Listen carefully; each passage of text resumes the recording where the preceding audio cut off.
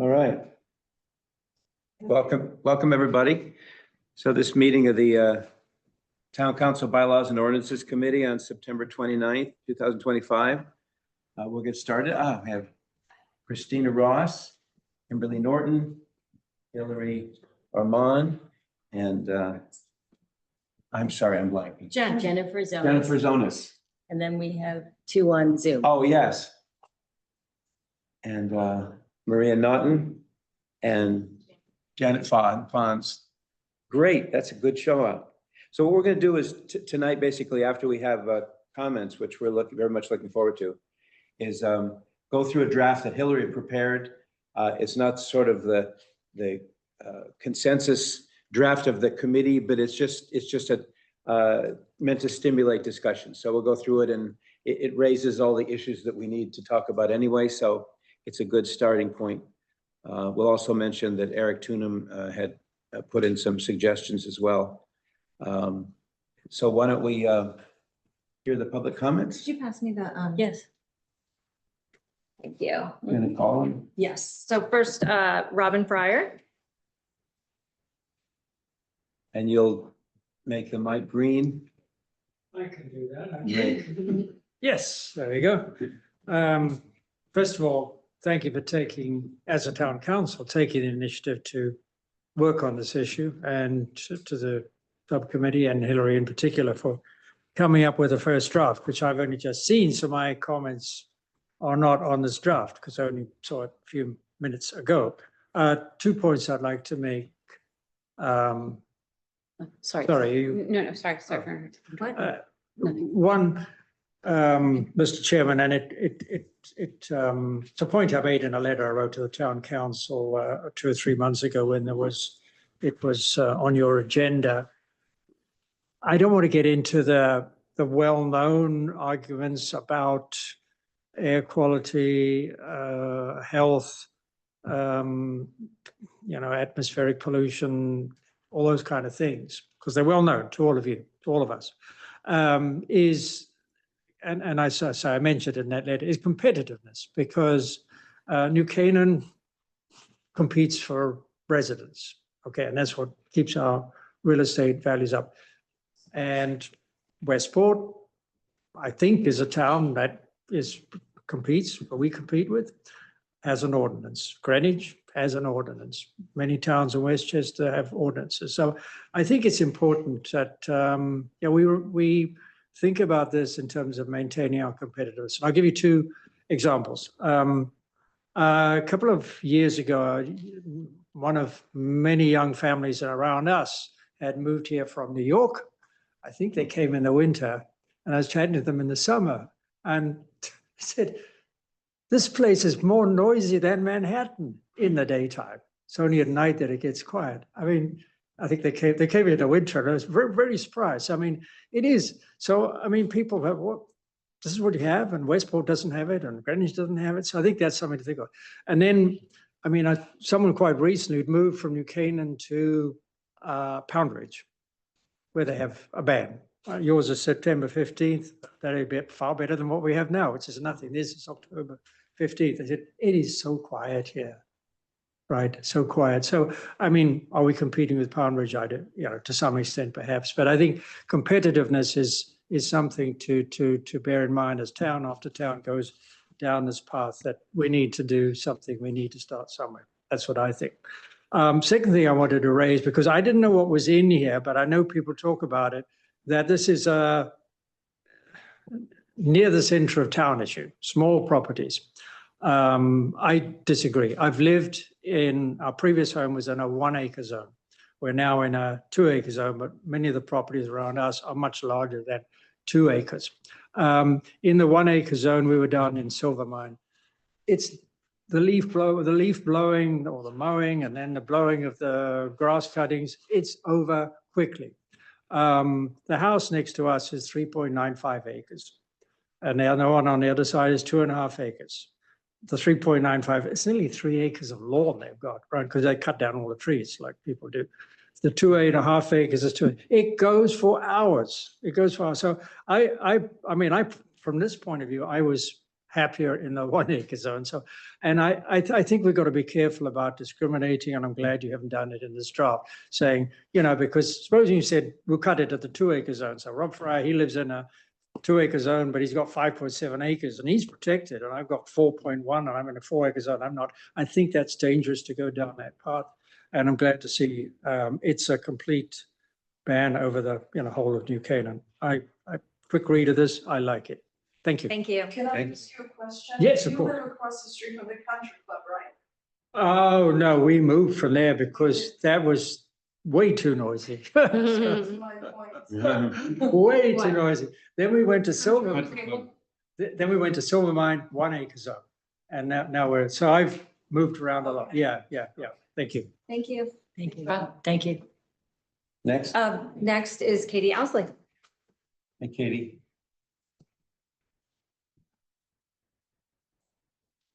Hi, all. Thank you for your continued work on this. I echo everything that Rob says, as I always do, because it's smart to listen to Rob.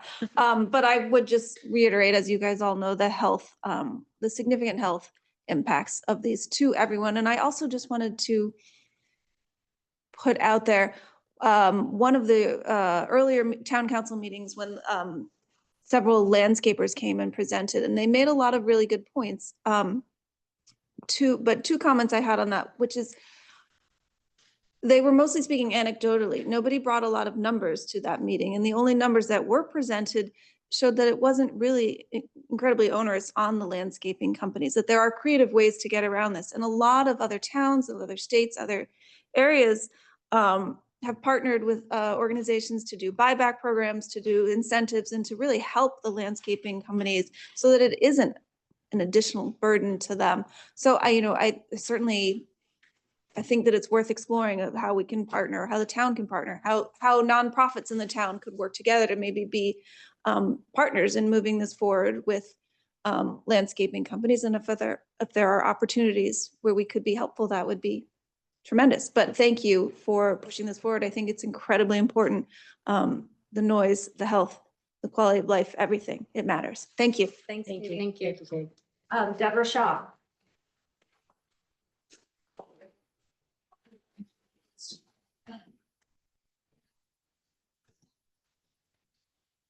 Yeah, hi, and I just a word of background. We moved here from Westport in winter 2018. And prior to that, my husband had a house on Bell Island for many years, which both were in the middle of. And Bell Island, I don't know if you've been there, but the plots are 1/10 of an acre. They are right there. And the neighborhood just decided, we don't want to hear this. It's ridiculous. And they would enforce it themselves. So my husband's always working in New York, and his landscaper would come and be blasting away. And the neighbor would come over and go, what are you doing? You're on Bell Island. So it didn't involve the town. It didn't involve the police. It didn't involve calling anybody on your neighbors. You heard it. You went out and said, no. Anyway, my husband had lived in New Canaan many years prior. He's back, but this is my first round. We're in the 4 acre zone. Where our property sits, the backyard sits down in a bowl. We are surrounded.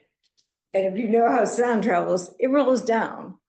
And on one side of us is a 10 acre property, which is Pin Sharp Landscape. Gorgeous.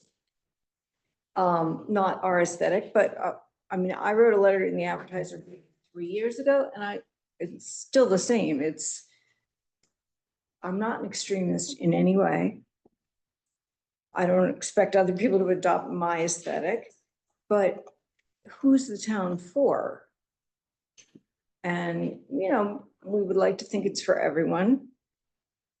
And it can't really be for everyone because priorities come into play. But I think it's when it's like, yes, it's your yard, but the air is common. The sound is common. So yeah, you can do whatever you want in your own yard, but you don't get to pour poison into the town's water supply. That's just kind of how I see it. It's the same with sound. So I haven't looked at this super carefully because I was trying to pay attention. But yeah, I think there are lots of ways to go about this. I started 3 years ago by calling for courtesy. Okay, naive. But that isn't enough. So, but thank you for Thank bringing you. this up. Thank I do think it's very important. Thanks for weighing in. Thank you. Irene Hendricks. Hello.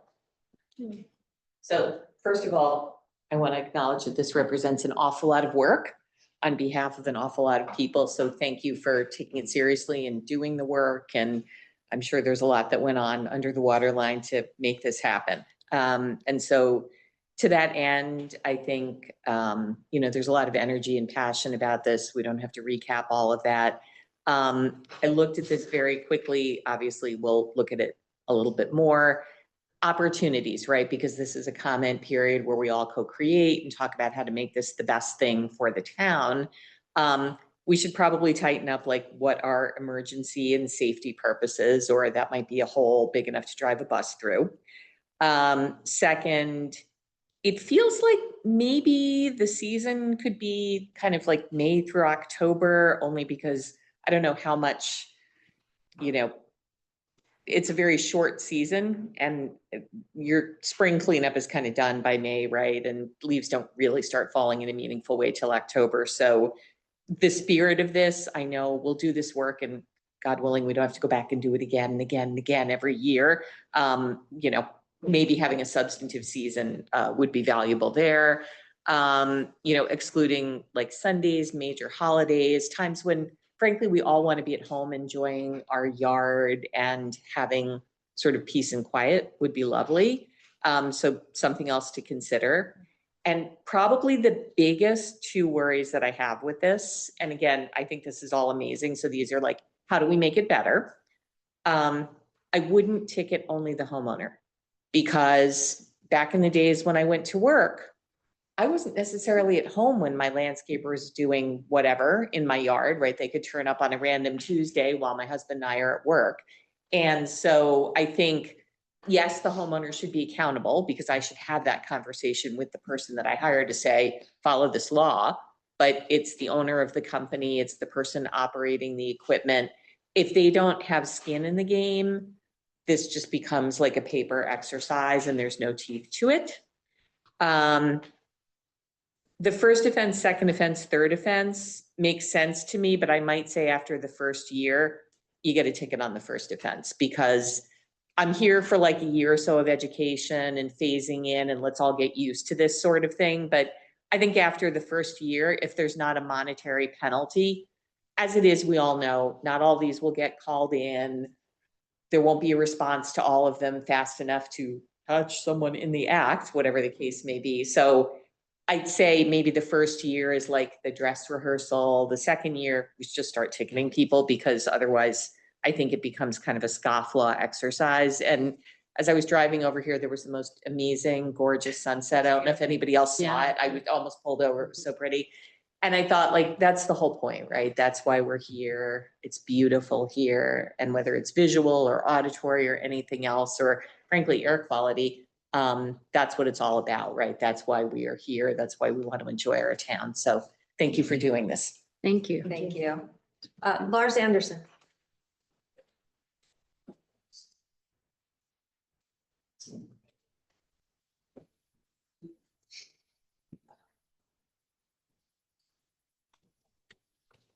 Hi, everybody. Hello. I'll keep this short. So I'd written up some, well, first of all, thanks a lot for putting this together and working on it. I think we've come a long way, and I kind of feel like doing a victory lap at this point, and hope we can move this towards fruition. And let's thank our volunteers for showing. Okay, so a round of applause for everybody. That's great. Something happened this afternoon, and I'll tell you about that in a second. But I'd come up with some prepared remarks, and I thought, you guys have heard all this stuff already. Everybody's complaining. They've got the same complaints, and you kind of know where we're coming from, right? It's the noise and it's lifestyle. It's a lifestyle issue. And I was walking my dog and I ran into my neighbor and he said, I drove through, I was thinking of you today because I drove through Pound Ridge and they have a big electric sign that says, notice leaf blower ban in effect, and whatever the date was. And we talked about it for a while. And I said, really? And he said, yeah, they call it Pound Ridge Calm. And he said, all their stuff is on the website and people in town were for it. He said, surprisingly enough, the landscapers were for it and it sounded like a win-win. So I went out on the web and check this out. And I mean, check this out. Bedford has, Yeah. word for word, the leaf blower ban about noise ordinance, enforcement, why it's happening, tips for landscapers, tips for residents. And to Irene's point, I like the part where violators, both the property owner and the landscaping company and whoever's operating the leaf blower get fined. So then I looked at Pound Ridge and their Pound Ridge Calm is right here. So they've got everything we need. So I don't know, have you guys been out to these towns to talk? Is it okay for me to ask questions and get answers? No. No, it's Well- not a usual procedure because it could, Okay, so I'm Take a curious, I little mean, meeting. if you've been out to some of these other towns to We've meet. had conversations, but yeah. talk to I mean- them, but mostly we've just looked at their material. Yeah, I mean, you can certainly raise the hypothetical question, have you been to those towns? And that makes us think, well, maybe we should. So. And if you wanted to Right. volunteer to go with you, I'd be happy to. I don't know if you count talking to Chubby's Hardware. I got some good feedback for them. Yeah, yeah. It seems Uh-huh. that people are happy. Uh-huh. It's going down. Yeah, cool. So anyway, that's pretty much all I got. I mean, I did have a couple of things, and again, I'll keep it short.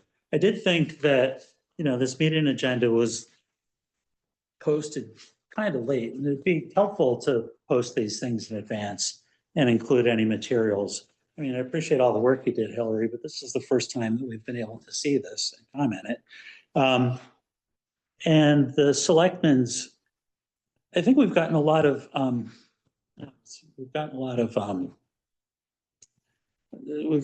forward motion from writing letters to the editor at the New Canaanite and everything, and talking to our neighbors and everything. But I think our small grassroots effort has hit critical mass and we need to get the word out.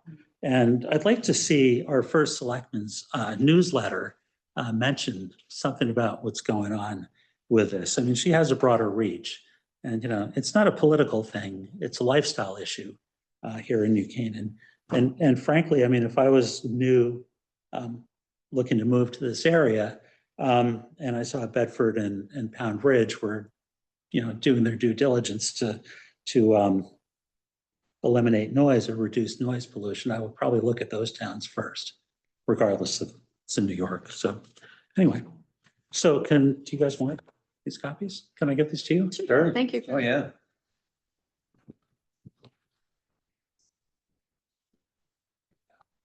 Thank you, Lars. Thanks, Lars. And I should say, because it's been raised and it's fairly so, this draft is not really a work product of the full committee. So it was determined that to put that out in public in advance of the meeting would be somewhat misleading. So as soon as we get something that, is the work product of the committee, we'll get that out and it'll have many rounds of input, I'm sure. Sure. Okay, great. Thanks. Appreciate the candid conversation. It's very nice. Is John Chris online?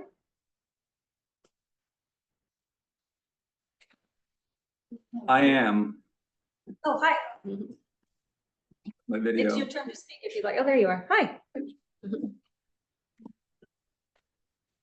I guess this is my turn. Yes, sir. Okay. John Kriz, I'm speaking in a personal capacity. I previously testified on this topic before the entire town council at its invitation and demonstrated that even electric leaf blowers are not quiet. Some things to consider. Much but not all of leaf blowing is not necessary from the get-go.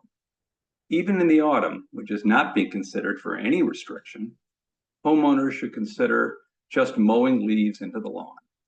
By spring, most will have disintegrated, nourishing the soil. This healthy, natural process has been decided by a higher authority. You'll save a bundle. This is real Earth consciousness. You help the planet and you save money. As an out and proud, old school conservative, I like it. Real progress means thinking differently. Also, somehow, even a discussion of restrictions on weed whackers has not been broached. Most all of their use is purely cosmetic. As well, they produce microplastics from the shredded fishing line used to whack the weeds. So what do we get? Expense, noise, and microplastics. Great. And lawnmowers and chainsaws somehow get a pass in this discussion too. Curious. But consider these two. Should there be no restrictions on large properties or at schools, churches, parks, and businesses? As well, should there be no restrictions for sports facilities, including home tennis courts? Full disclosure, I don't have a home tennis court. Leaves impair play and can be dangerous due to slippage. Do we want to risk people needing orthopedic surgery or even a wheelchair? An elderly who likely need a higher level of safety on paths at their residences and might be unable to sweep things up themselves or pay extra to get someone else to do it. Does the town council care? And ask the landscapers, if other methods of leaf removal really are cheaper, would these profit-oriented capitalists already be using them? How much of a financial burden should be placed on residents? Finally, I don't know who your mothers are, but if I had told my mother I wanted to do something because everyone else is doing it, I would not receive a supportive reply. Thank you. Thank you. Jill Lagatuda? And Joe.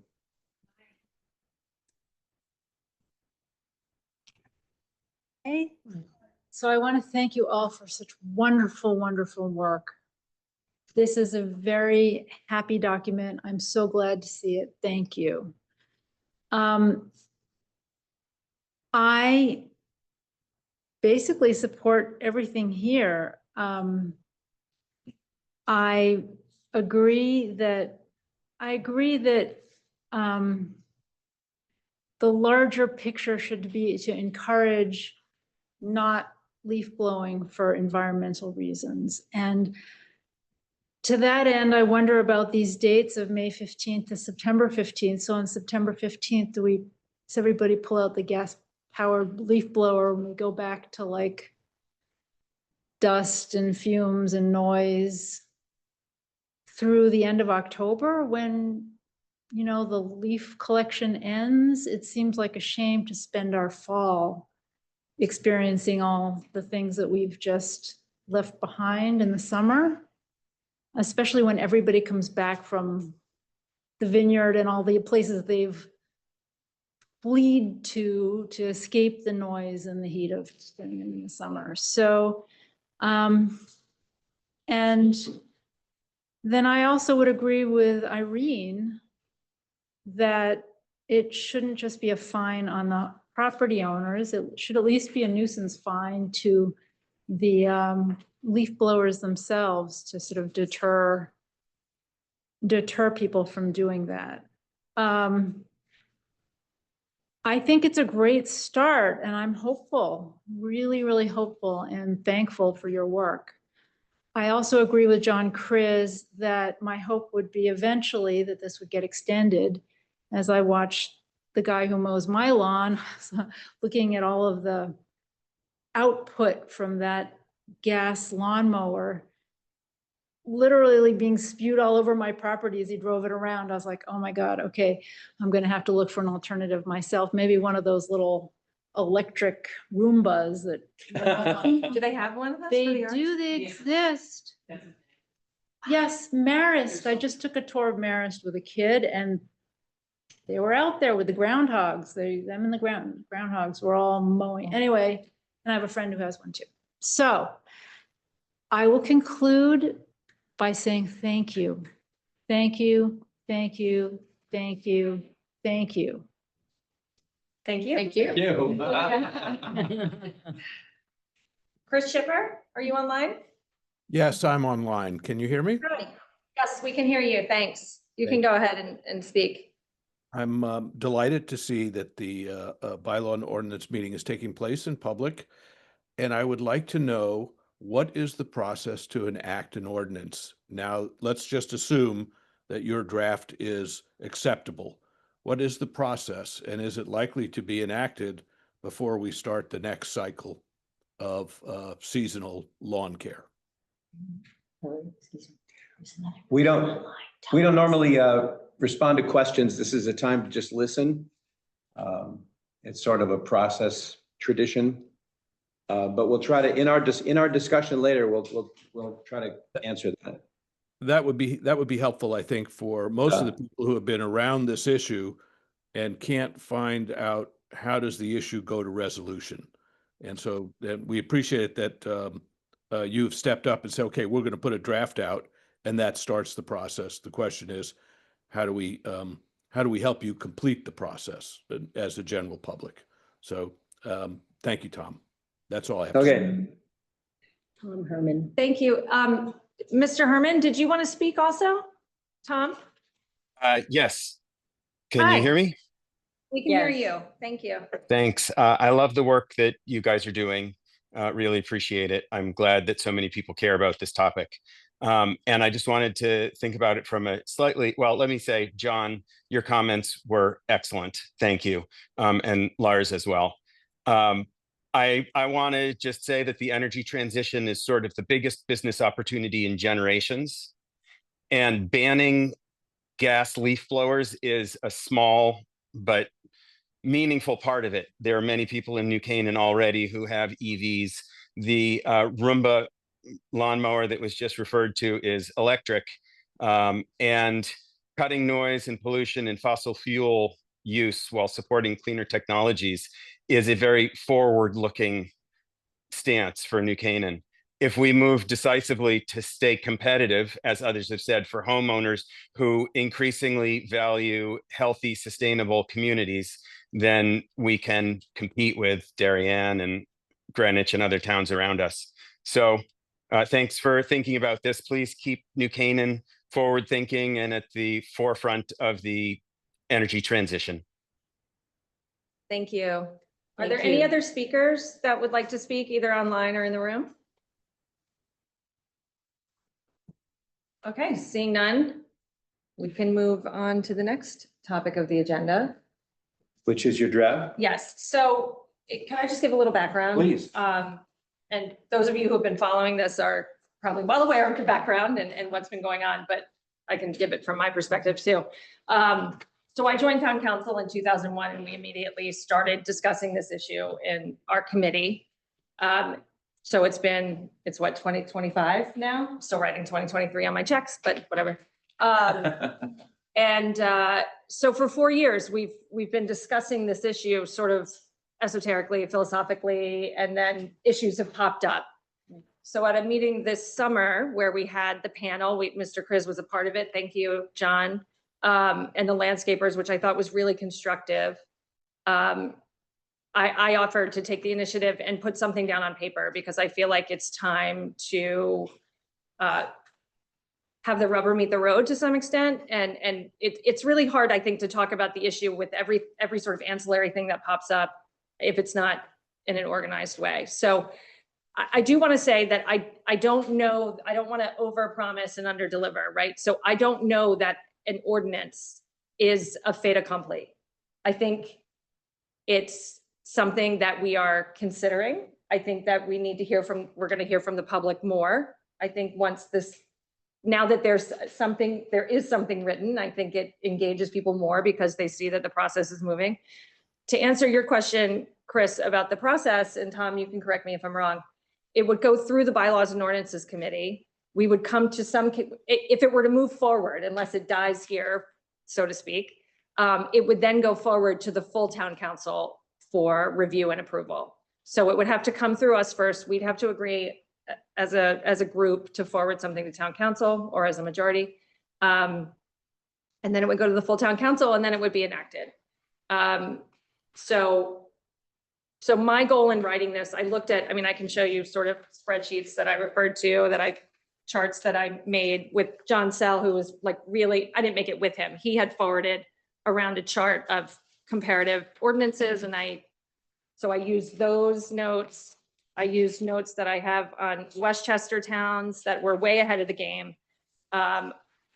Chris Herring made a really interesting chart about the noise too. So I really spent this summer trying to be thoughtful about this, and I spent a lot of time on drafting it, knowing that we would get input in a public hearing from not only the public, but from my colleagues. And so I really look forward to this discussion.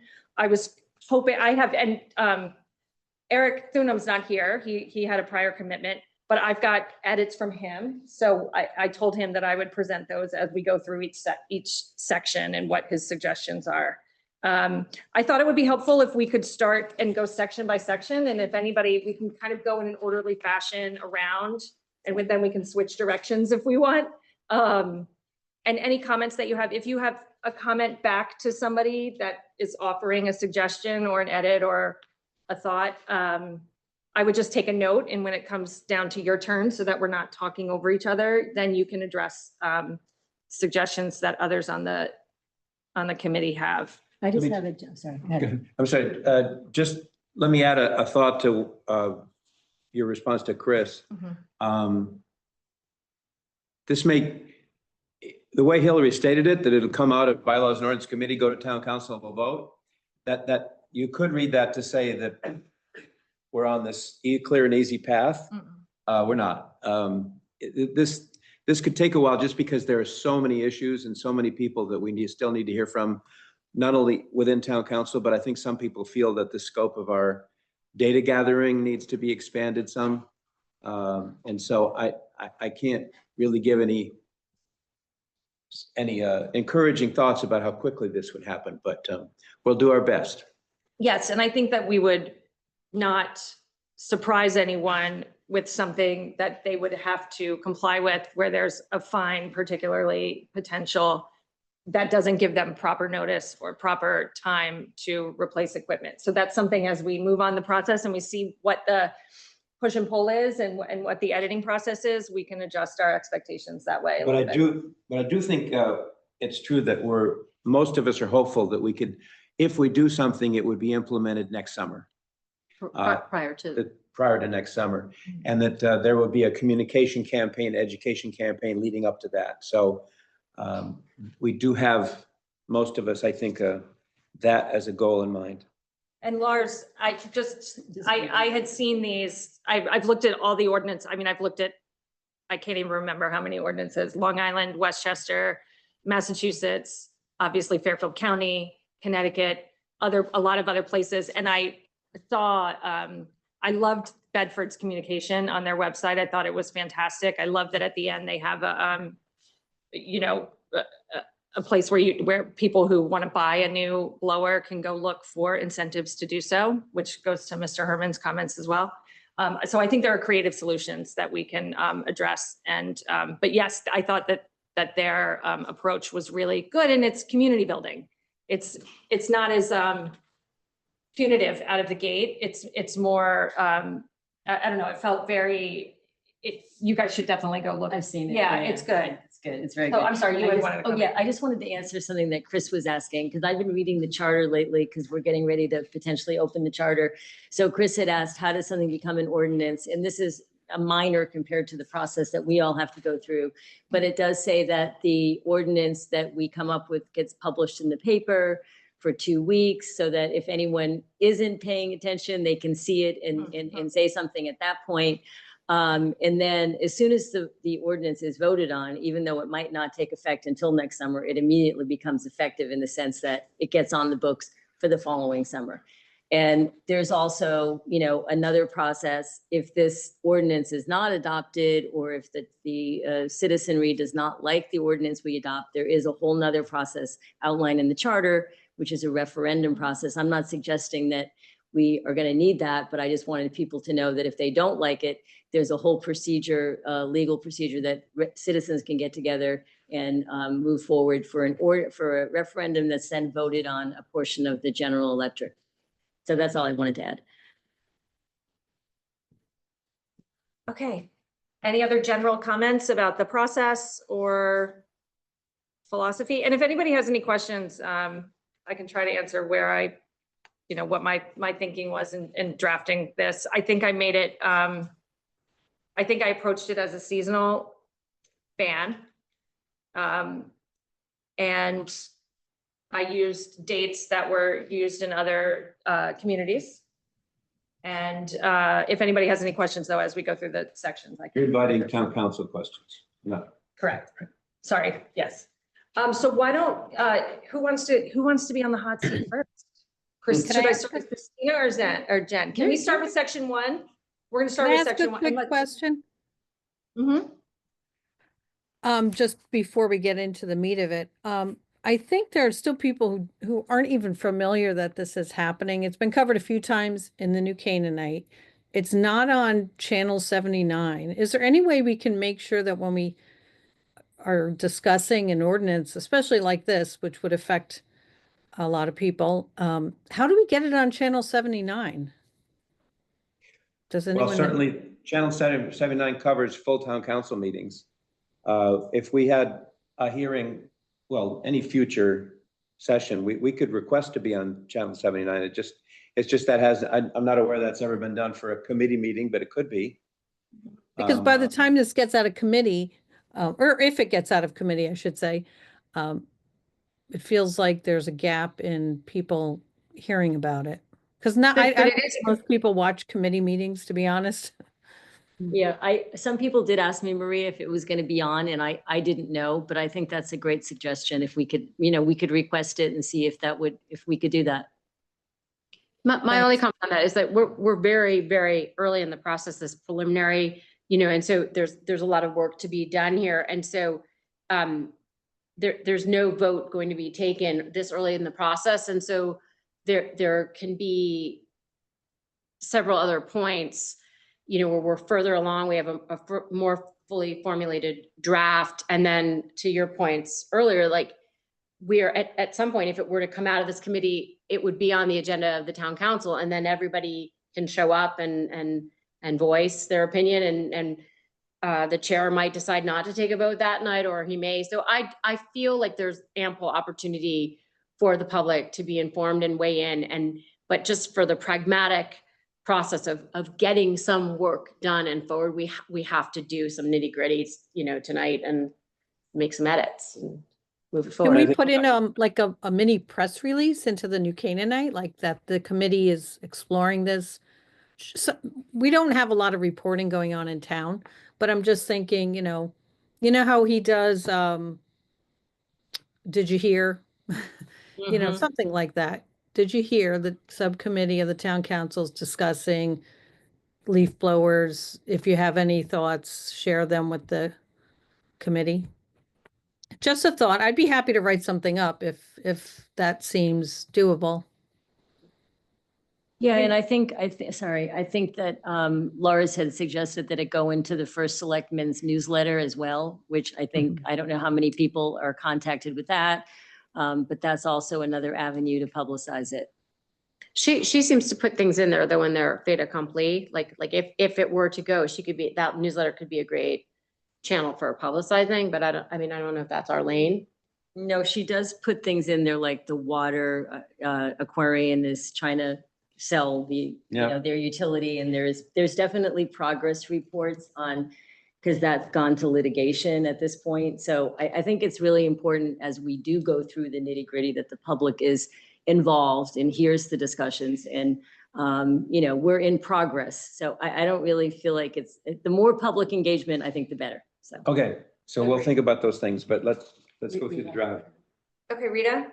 No, just I actually just joining into the course of publicity. I know that when they were doing I forget the plan, the town plan, they had a publicity plan that was pretty good and it got the word out. I wonder if we asked them what was the most successful in getting the word out and just. I think all this is super important and I completely can agree. talk about it later. Yeah, I don't know that that's like, we need to have it that planned out tonight. I mean, I think. Not tonight. It's like Tom's point, this is something that is not a draft of the committee. So let's cross that bridge when we get to it. I think we all agree that the most public input we can get is better. Agreed. And we should reach out to everybody we could. Anything else on? Okay. So section 1 is the declaration of policy. I'm sure you've all had a chance to read it. It lists the statutes that give us the authority to make ordinances, including the protection and promotion of public health, safety, convenience, general welfare, peace, quality of life, and property values for the residents of New Canaan, and to facilitate the enjoyment of the natural attractions and tranquility of the town. It is the intent of this ordinance to set specific controls on the use of leaf blowers, in particular gas-powered leaf blowers. For those of you who don't have a copy of this, there are passages that I've highlighted, and that was for me, like thinking of things that we might want to discuss as a committee. Certainly, I'm not trying to limit discussion at all. So if there obviously anything that you want to, but those were just issues that stuck out to me that I thought we should discuss. But are there any comments on section 1? Well, I would just say that the text doesn't give greater emphasis to gas powered versus electric, that it treats it all the same way. So I'm not sure we need that. Okay. We might need, yeah. The in particular phrase. Okay. Can I ask a question? Sure. I just looked up the decibel level of leaf blowers and the decibel level of commercial lawnmowers. Are we thinking of treating them the same since they have similar issues? They're run at similar times. Maybe even lawnmowers are run more. I did hear this concern from someone, will this apply to lawnmowers at some point?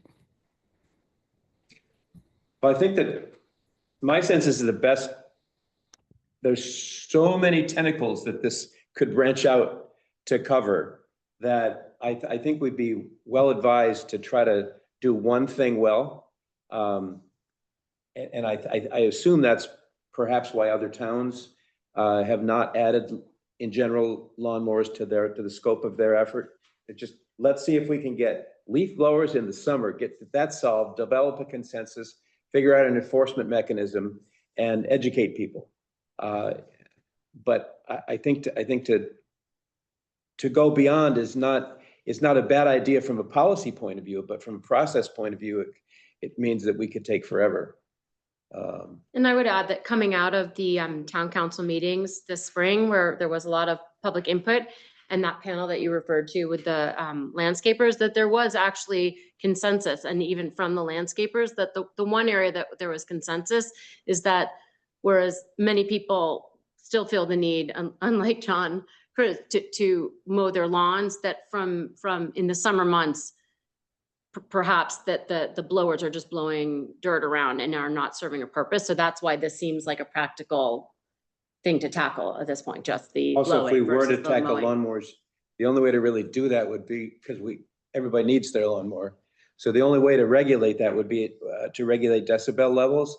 And that's a quagmire. It's very difficult to enforce a decibel requirement. It's just a very complicated. I would Yeah, just I like mean- to add that if we stop mowing the lawns, then we would get a blight You can get a blight citation. We violate our own blight I mean, ordinance. right. to High in the sky, I have an electric mower and you can't hear it. So I'm not suggesting we go there, and I agree with Tom to stick with, let's keep it simple. But you can use, that's another way to go with it. But I don't think we want to mandate that. But electric lawnmowers are very quiet. I agree. Just Yeah, that. I hear you. And I think, I also want to reiterate that we do have noise ordinances in place. So outside of the summer months, there are still restrictions on the times that you can use all types of lawn equipment. Not just leaf blowers, but leaf blowers are included in that. So we should keep that in mind, that we do have an existing noise ordinance that's enforceable. Everybody should look at that. And if we want to later consider supplementing that or Tinkering with the hours. tinkering with the hours for the off season, that's something we could consider. And I know Christina's brought that up before, which is an excellent point. Can we move on to section 2? I've got Tom's note about perhaps not needing the in particular gas leaf blowers from section 1. If we can move on to section 2, definitions. So a leaf blower is any powered device used to blow leaves, debris, or dust, whether handheld, backpack, or mounted, that operates using gas, electric, or battery-powered means. A gas-powered leaf blower means any backpack or handheld leaf blower that is powered by an internal combustion engine utilizing gasoline, diesel, or other similar fuel. Electric leaf blower is a leaf blower that's powered by electricity utilizing a plug-in cord or battery power. Okay, summer season is defined as the period from May 15th to September 15th each year. Noise ordinance refers to the town's existing regulations on noise levels, which we just talked about, specifically those addressing decibel levels during different times of the day. And the permitted period is defined in this statute as the period from September 16th to May 14th each year. Like I said, Eric is not here. And so I wanted to, I think he had, so he had an edit about the definition of summer season. And he thought it should be defined as Memorial Day through Labor Day and not arbitrarily chosen dates of May 15th through September 15th. Let's put that in context of at a higher level, what Eric is saying is he doesn't believe there should be a total summer ban.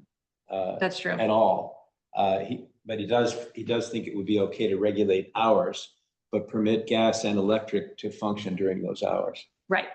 And we'll So I'm confused by what you're saying. So it's not a compromise, what he's saying, that even though he's opposed to it, but he's come up with this language Memorial to Labor Day? No, he's not opposed to a total ban. He's opposed to shortening the noise ordinance hours, like 10 to 4 during the summer season, instead of having a ban on gas-powered leaf blowers. So Jen, he defines summer because that's when the hours would be more restrictive. Okay, so just make sure I understand what he's saying. He's saying define summer season as Memorial to Labor Day, and in that period, just restrict hours. Right. Okay. Correct. All right. Now, he said these were arbitrarily chosen dates. I just want to say for the record, they're not arbitrarily chosen dates. They are consistent with a majority of the towns that are comparable. Most of the towns, like some of the towns will have a May 15th start and a Labor Day end, or a Memorial Day start and then in October. And so that's the only time that they've used a holiday to sort of buttress one end or the other in the research that I did. So, and then it also makes it easier to define specifically the permitted period, which would be the day after and the day before. So anyway, we've had public comments about the dates and whether they should be extended or if you guys want to change the language. Obviously, it doesn't. All of the comparable towns that I've looked at and all of the other ordinances that I've looked at are interesting, but certainly we want to make sure we do the right thing for New Canaan. So it doesn't have to be a carbon copy of anything. Unless somebody feels strongly about the dates, we might want to just move on and come back to that. Okay. Because there are more significant issues in here. I just want to, on noise ordinance, you refers to the town existing regulations. I think we need to know what regulations those are. So it's ordinance, blah, blah, blah. Okay, I can put that in. So code, insert code reference. Got it. Okay. I can do that. All right, section 3. Now this is where we get to the restrictions on leaf blower use. A, restriction on the use of leaf blowers. The use of gas-powered or electric leaf blowers shall be prohibited within the town of New Canaan during the summer season as defined in section 2. This includes all residential, commercial, and municipal use. Therefore. Christina, Yeah. do you mind if we? I'm not at all. That's Yeah. listen, that's the meat of it, right? Right, Like, this is what we're right. talking about here. So Well, let's go. the way it's worded, it excludes many other types of enterprises. For example, public and private education, private clubs, country clubs, nonprofits, parks, land trusts, town land. Municipal use. And institutional health use, institutional health organizations like Silver Hill. Unless we specifically name them, they wouldn't fall under residential, commercial, municipal. Okay. So we have to be more inclusive and think about all the other facilities, for example, the Glass House or Grace Farms or the Land Trust, Or we could have, Silver Hill. or we could have a universal ban and then have specific exceptions. What are the exceptions? We'd Yeah, I have to think that's- You decide. have to I come think that's to, better. you have to come to us to. No. Ask for I'd an exception? rather list Yeah. exceptions in the, I think that's better. in the Exceptions. ordinance. Yeah. Which exceptions are subsection 3 of this section. That does not specify any of the entities that you just described, Christina, but I think that's worth discussing. But it's, we could either list the ones that we could either list here in section A who is restricted, or leave that, or take that out and then list exceptions where we think there should be exceptions. I just think that it would lead to some organizations thinking that they're excluded from it. Well, we should be crystal clear. Yes, Yeah. yes. And I think we could say, if we want to be crystal clear, when we list the exceptions, we can put, anyone not specifically mentioned here is not excluded from these restrictions. You can put sort of a catch-all phrase so that we make sure that we're explicit about it and that anyone not heretofore mentioned is subject to. The other question, big question here is, are we sure we want to ban electric devices in the summer? So can I weigh in on that? You want to address that? Yes, well,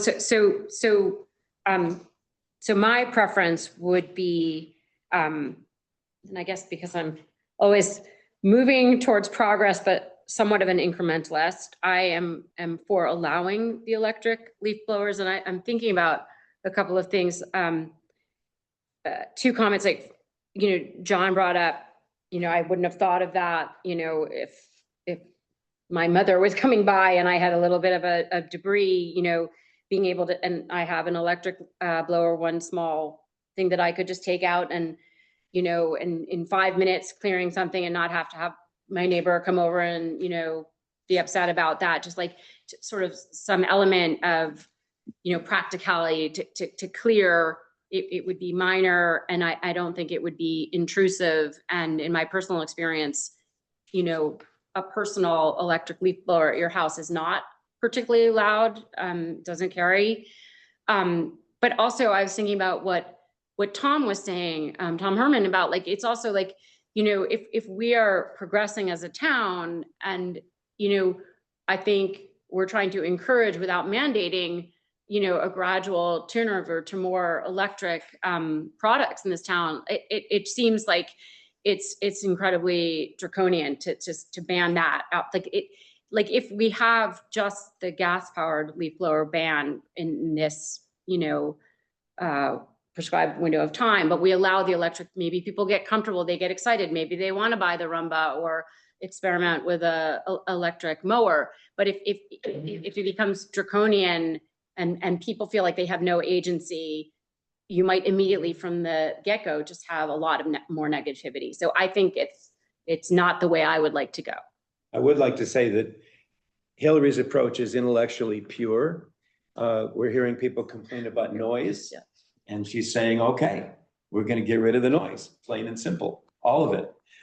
But as a practical matter, if we're going to sell this, we have to be aware of what people's current habits are, where they've invested their money. And also, if I think there are probably a lot of people that see this as a foot in the door and that think that a better future would be to have only electric even in the fall. And that this is an interim step to that. And if you don't allow electric in the summer, then you're not teeing up that expansion later on. Who else is? I have a comment about the decibel level of electric. If it's below the noise ordinance, do we even have to include it?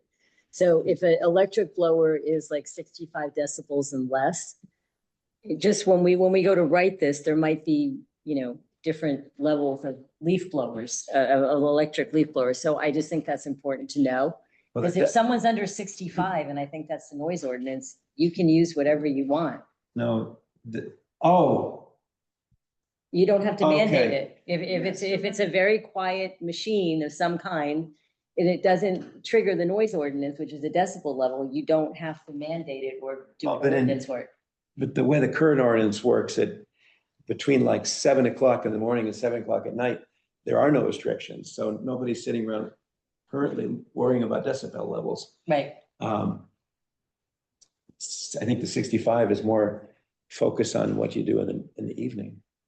But anyway, our point here is, should we ban electric as well as gas? Anybody else have any thoughts on that? Rita? It's not about that. My question is going to be, can you explain why municipal use of gas powered leaf blowers are exempt? They're not. Under this draft. Yeah, they're in the draft. She's including municipal, commercial, and residential. All leaf blowers in the entire town cannot be used in this ordinance. Yeah. I'm confused. When I'm reading, it says municipal use is exempt. Is that the wrong draft to be looking at? That's I'm not. Eric's, I think. Is that an I think older that's- one? I think Hold that's on, Eric's draft. No, we're on section A. Section 3. I might be looking at the wrong thing because the one I'm looking at says that it's exempt. So I must be looking at the wrong one. I think that might be Eric's. I think that's That's what- Eric's version, but Yes. Hillary's version does not have that. So Got it. I would Eric, go with, I think we're working off of the version that I circulated, Okay, sorry. I not don't- incorporated Eric's. You should have it in your email. Do you want us to email it to you? Yeah, I'm looking at my email. Yeah, I'm just looking for it. I've got so much. So yeah, that'd be great if you could. Thanks. All right, Jen's gonna email it to you. And can I Thank just, you. just because of what you had said, we like sticking, can we hear other comments on the electric versus gas and all? Yes, I want to say that Eric is also in favor of removing the restriction on electric. And thank you, Tom, for saying that. I took that as a very nice compliment that I was being intellectually pure. This was my thinking, is that most of the complaints that we've gotten are that it's noisy. And that even if you compared one gas powered leaf blower to one electric blower, the electric would be less loud. However, in most properties, at least around me, which is not, I don't have a huge lot, I have 0.6 acres. There are multiple leaf blowers being used. And I can't, if you were to go from 3 gas powered or 4 on a property to 3 or 4 electric blowers on a property, I'm not sure that I would be like, oh, now I can sit outside because I've got the dulcet sounds of 3 or 4 electric blowers instead of 3 or 4 gas. So I was thinking it more as multiples. And sort of what I hear from people is that there's 3 guys out here blowing dirt around and grass clippings, and it's really loud and noxious. And I didn't know if there was a qualitative or quantitative difference between multiple uses.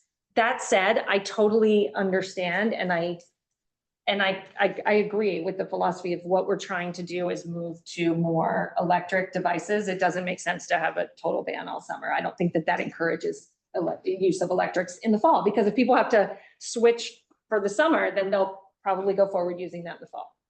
I think that the non-use of any blowers really could cause a serious problem when it comes to sports. If they can't clear the fields and their leaves and they're wet, it could add a level of concern. The same thing with the country club. I cannot imagine the country club not wanting to blow their leaves. And I see that as a big objection. So there has to be a way in which something can be used. Well, we haven't gotten to that yet. Maybe it is time to do that, but my personal view is that everything 2 acres, I know this is, not everybody would agree with this, but everything 2 acres or more, including municipal, including parks, they should all be exempt, that we just not take that on in the first year. I don't think we can, especially some of those big, like the municipal use of the town fields, the municipal, Tiger, the way he manages that, the timing in which he does those things is sensitive to the needs of neighbors. He gets feedback from neighbors and he responds to that. So I think their use is highly responsible. And it also would be a direct cost to taxpayers if we had to change equipment. So, in the year one, again, to be practical and to try to get something that would sell, I just wouldn't take that on. But if you heard what Robin said, that the noise level coming from the country club was very loud, how do you balance between a large piece of property owned by the town where they manage that noise control and a private property? No, it's two separate issues, yeah. Can I ask a question? Because I think you had an opportunity to talk to Tiger. I'm just curious, does the town have any electric blowers? Yeah. Yes. Yeah, they do. So They're starting to try to do that, but it's expensive. Yeah. So I think we're rolling. but there are a few in existence. Yeah, as far as my. I think they buy them based on what they can use efficiently, and they won't sub in an inefficient electric application.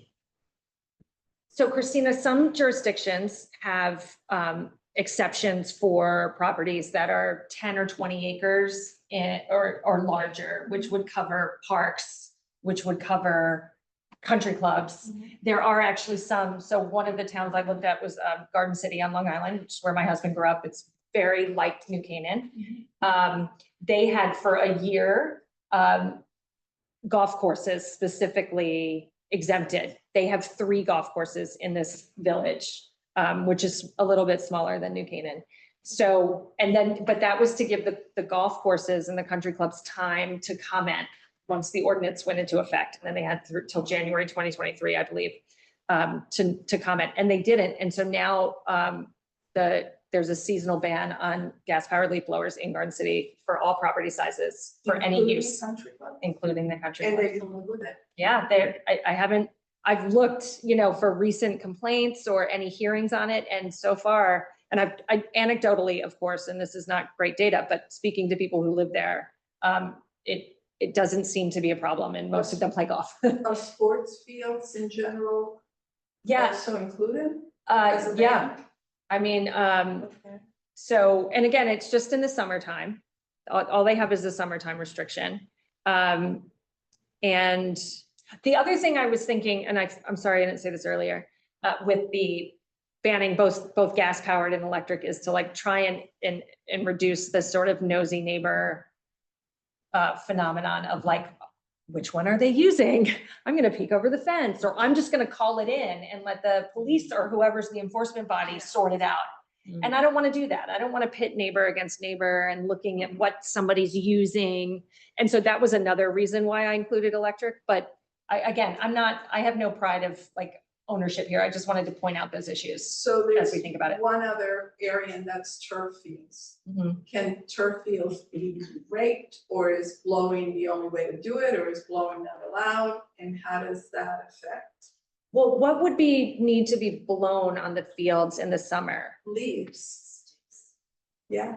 Well, was there an exception of like if there was a hurricane or a big storm in July?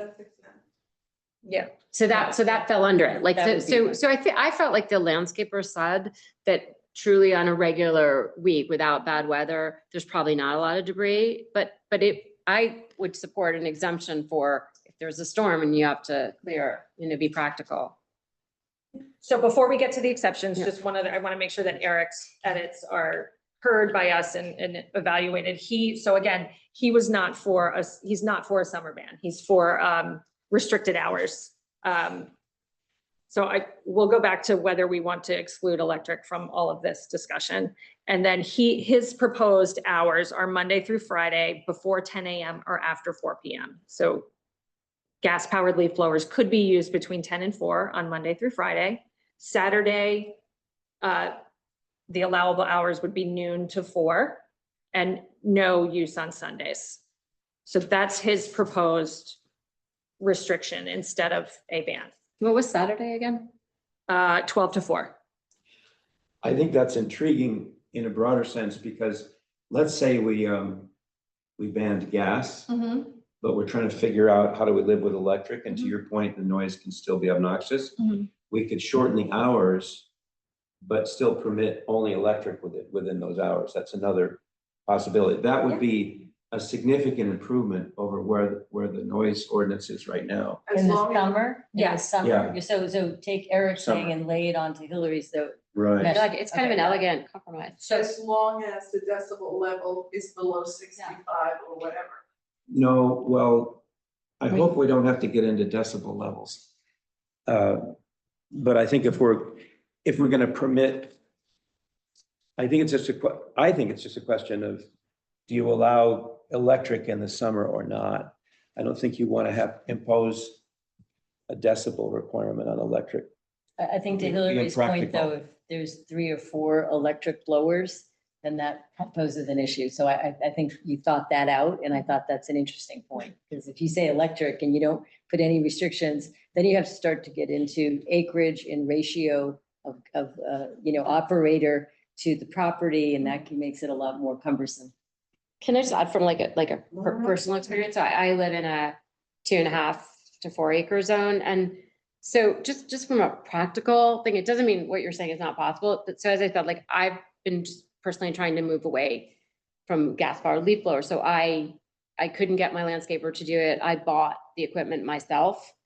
And, in many of these cases, like he's not going to go out and buy them. So he makes do with my one. I don't see this like, Right. unless you yourself are going to go out and buy 3 or 4 in the case or I am not aware, but maybe they do exist, like really green landscaping companies who do have multiple of these units, but I don't see that happening to make up the difference. The difference is they don't like it. They have to keep recharging the pack, and then it's less efficient and I might have to pay more, but it hasn't Right. translated to me buying 3 or 4 blowers for them. So I hear you, but I don't know that that's in real life happening.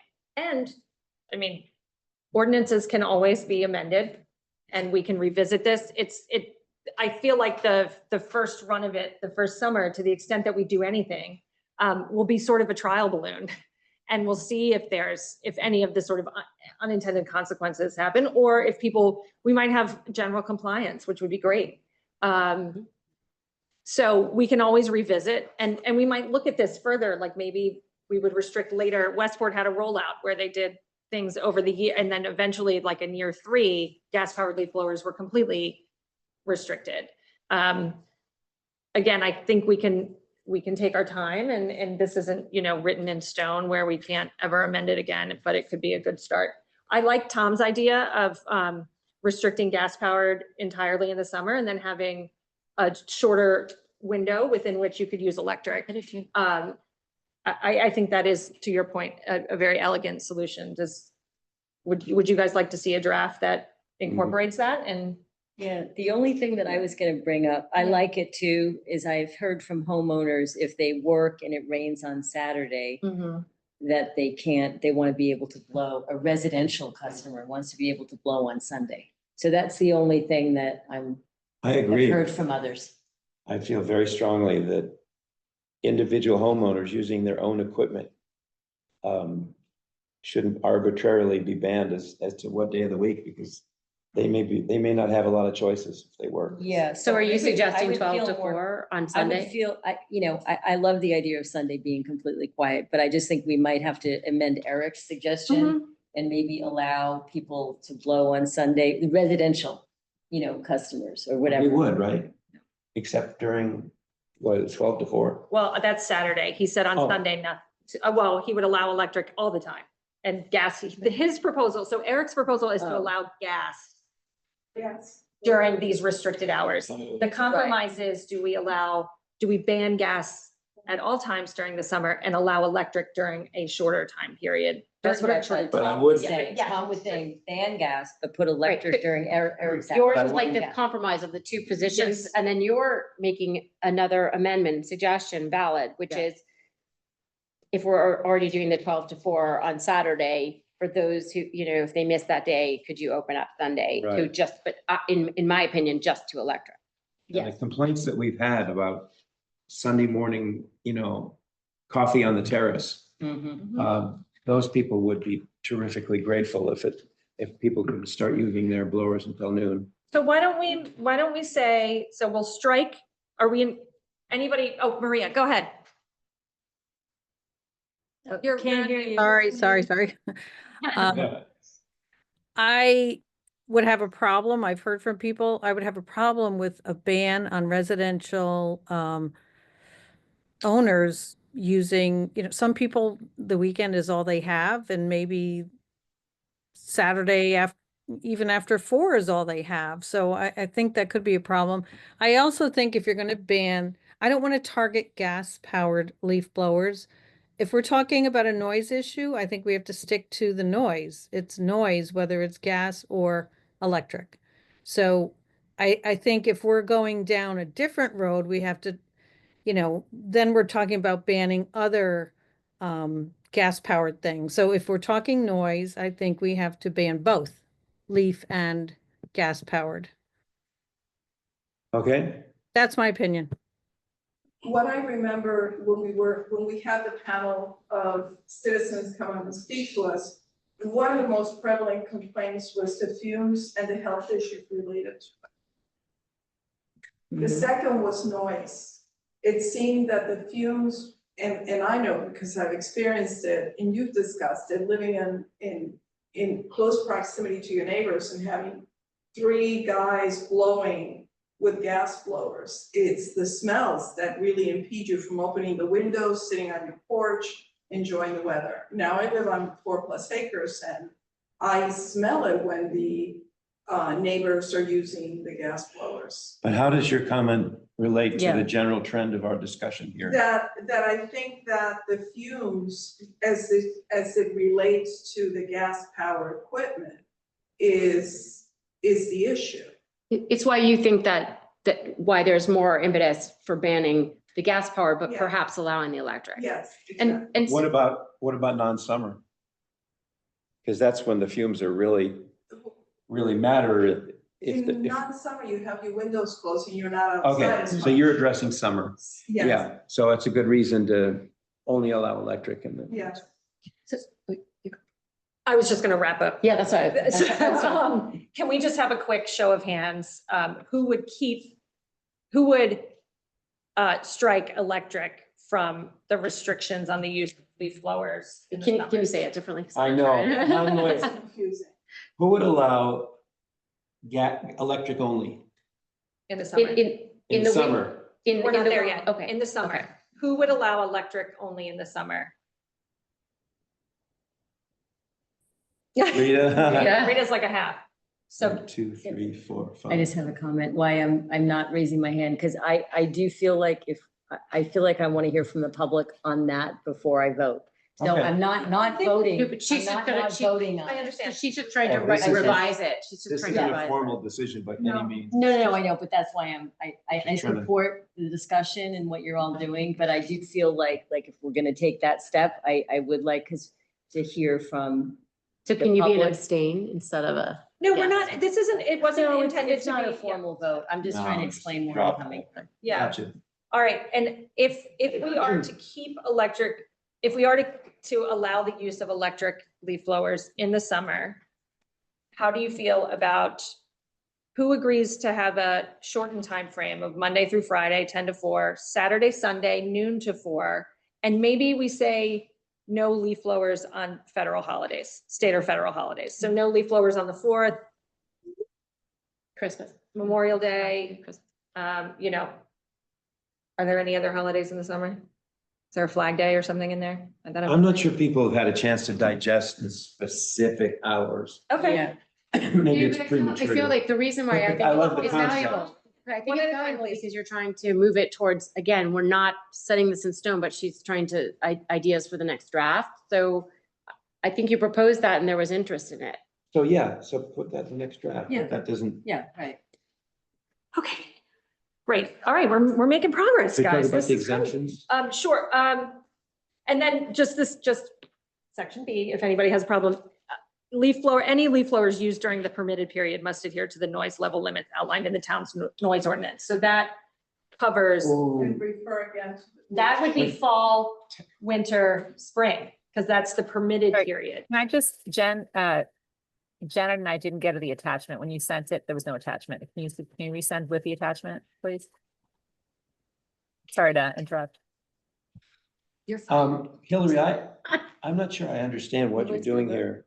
That the noise ordinance right now is totally open-ended in the daytime, right?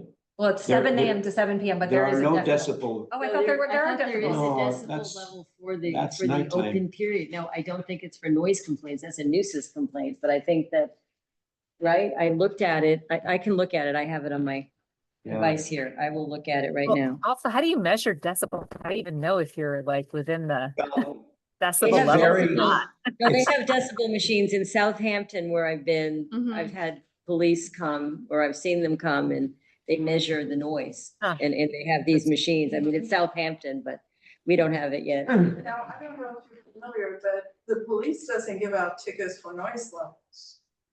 So Well, we they- would have to look they at the visit people. ordinance. Yes, they do, but. That's why the first offense, But the they're, first offense is a written warning. yeah.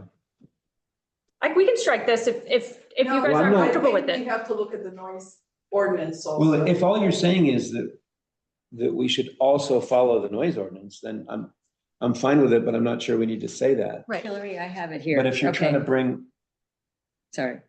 It says noise generated by refuse and solid waste collection. Oh, that's different from 8. That's 45 decibels. Oh, wait a minute. It says here. Okay. That's noise prohibited. see these, Oh, we're in the wrong one. No, Okay, no. hold it. No, Am I you're in the not. right one? you're in the right one, go back. Okay. It says, right here, it says I can make it big. leaf blowers, snow blowers, et cetera. What it says is such equipment may not be operated in the following time periods such that the noise therefrom exceeds 45 decibels before 7 AM or after 7 PM. Okay, got it. So it's You're right. really a nighttime limit. I got it. Okay. So it 45 doesn't, decibels. so that you can make as much noise as you Yeah. want during the period. I got it. Okay, Right. thank you. But I don't know that we need to say this. no, I don't either. What do you think? Maria, do you have a comment? That's just a drafting. Yeah, there are no, so. Yeah, I'm just trying to figure out how the two align, like if we're gonna refer to it. One, I think we should probably excerpt it and put it in this, but I'm also looking at it. Can we make a policy that is less time than that other town, or can we like be in conflict with this? Like, Yeah, certainly. Yeah, we can adjust those. In other words, those would still apply for 3 seasons, but in the summer, we would have different hours. Yeah, there's, It's a drafting issue. It's not a policy question. there's so many devices here, snow blowers, snow throwers, leaf blowers. We might want to delete that from the noise ordinance. And that's the only thing that, and then it says leaf vacuums, lawnmowers, tractors, trimmers, and it goes on. So I understand what Maria's saying, that we have to somehow I know, pull but that out. let's stay to the policy questions Yeah, tonight. right. and not the drafting intricacies. The other thing to consider too is that we don't actually know kind of where this ordinance would ultimately end up in the code, right? It could be part of the noise ordinance and Right. it could just be a specific leaf blower one, and That's then true. that might solve Yeah. your exactly. issue because it's just building on top Yeah, of. I was just trying to respond. Yeah, to no, that. That's actually what I was thinking, Hillary, like, why isn't Yeah. this in that one? Yeah, I feel like we're doing It- one a that will great be point. subject to interpretation, and then you'll have problems, so. No, it's a very good point, and I think that goes to ultimately, if it gets out of this committee and it gets passed by the Mhm. town council, there should be a decision about whether it gets subsumed in the noise ordinance as a new section, Mhm. right? Where it's building, or if we don't want to restrict it that way because there's also environmental and health concerns and not just noise. So Mhm. that's something we'll consider, and I think it's an excellent point. So maybe in the next draft, I can strike that noise limitation section because I just think it's confusing, Mhm. right? Because it's, yes, Right. of course, you're subject to the noise ordinance because we haven't repealed that. Mhm. Okay. That makes sense? Yes. In-house counsel? Yep, it does. Okay. All right, now the exceptions. Mhm. So here are the exemptions that I have put in this draft. Leaf blowers, and I'll change this to gas Mhm. powered. Yeah. All the leaf blowers, okay? Gas powered leaf blowers used for emergency or safety purposes, storm cleanup or snow removal. I'll have you guys know I've woken up at 3 o'clock in the morning wondering if we need snow removal in this draft because it's gonna be summer. However, I literally have woken up and been like, should I keep that in or take it out? The environment is crazy and who knows, it could snow. As my learned colleague, Tom told me, I have to write things expecting somebody to be able to read them and know what to do 20 years from now. So who knows? So I kept that in, I decided. Gas powered leaf blowers used by public utility companies to clear debris affecting essential services. So like we've all seen the trees go down and pull down a power line. And then leaf blowers used by the town of New Canaan's Department of Public Works or approved contractors for public spaces with prior approval from the town council. So let's go. And let me just say that Eric suggests giving a total Yes, exception for town use. that's right. Without the prior approval. Right. Right. And I think that the issues on either side of that question, one is, for me, I trust the town to use them judiciously and efficiently, and I like the fact that we're not increasing town costs to buy things that are not for the town efficient. I also think that they're very careful in the way they do it. Like, for instance, they blow downtown, but they blow it at like 5:30 in the morning. And so they're very careful about not disrupting people with that use. But the other flip side of that is that people are concerned that the town should be an example. Same thing. And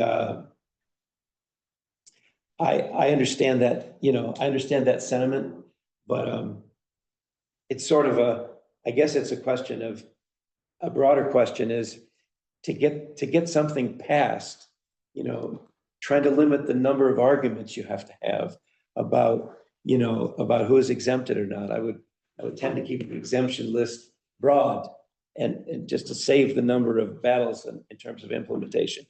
But anyway, those are the issues on both sides. Mhm. And I would also put and maybe it's just for the first year or two, but just to limit the number. Hillary and I met with a very vocal and influential person the other day, and that person was, you don't know the crap that's going to come down on your head if you enact something that is too broad or onerous. I mean, I really think that there are a lot of the people that are going to have opinions about this have never come into the room yet. That's all I'm saying. So I would be very broad in terms of exemptions. I would even consider an exemption for the use of electric, so the use of gas blowers in the summer by individual residents using their own equipment. But I'm only putting those things out for illustration and see what you guys think. Maria? Sorry, I left it up from before. Oh, okay. Lower it. Rita? Yeah, I don't know if you're asking for opinions on that right now, what you just. Yeah, yeah. So, I mean, I feel pretty strongly that we should be an example. Like if the town isn't doing it and they're expecting me to, I would be, wow, would I be pissed, right? Like if we're not setting the example, it's like, it's for thee and not for me. And not only that, they're probably doing it a lot more than, individuals. So I'm all for being cautious and not being overly restrictive, but if I would not exempt the town and require others to follow that restriction. I think that would be wholly unfair. What if you, what if there was an acreage rule so that anybody with property above a certain amount of acres would be exempt? Well, that's the thing. I feel the ones with the more acre, those are the bigger problems. Like the complaints, I feel like are mainly on people who have these expansive areas where they're blowing forever. And it's really upsetting their backyard, like tranquility. Like for me, those are the bigger problematic issues, not as much the smaller. I mean, it's both, don't get me wrong, but. Gotcha. That's what Rob was saying. Yeah. That would be that's my point of view. What about a phase-in approach for municipal? So you exempt them year one and then, kind of move into making them go electric. I'm asking Rita. Oh. What was the question? Sorry, I apologize. What was it? Oh, you said that you said you didn't want to exempt the town. So I'm just throwing out there, what about a phase-in for the town? That you exempt them, you allow them to use gas powered, for a certain amount of time, and then, in the next year, which is what they do in Bedford, lots of. I mean, I think I would do that for. I would do that for everyone then. I mean, why just do it for the town? Let's do it for everybody. Got it. Can it, in a way, does it begin to solve for itself, just like we were talking that exemptions are for emergency, storm cleanup, snow removal? But so the kinds of things that the Public Works Department is going to need them for are those. So I think it sort of solves for itself. We could say leaf blowers instead of just saying, we say leaf blowers used by, or I say, excuse me, leaf blowers used by public utility companies to clear debris affecting essential services. We could say leaf blowers, gas-powered leaf blowers used by the town of New Canaan or public utility companies to clear debris affecting essential services. And then that's sort of broad and ambiguous enough to allow them to clean up the park if they need to, downtown, if they need to clear the sidewalks from just sticks. Like it might not necessarily from a storm, but like just from. But without the cumbersome nature of coming to us, but then for anybody reading this, to address Rita's point, it doesn't seem like they're getting just a blanket exception that they can use it willy-nilly all summer. So I would feel good, like living in that land. Tiger about this. I did, but it you- was a while ago, so I need to Do you remember revisit. whether we drew a distinction between summer and non-summer? No, because we were at the time thinking about we were specific about it being seasonal.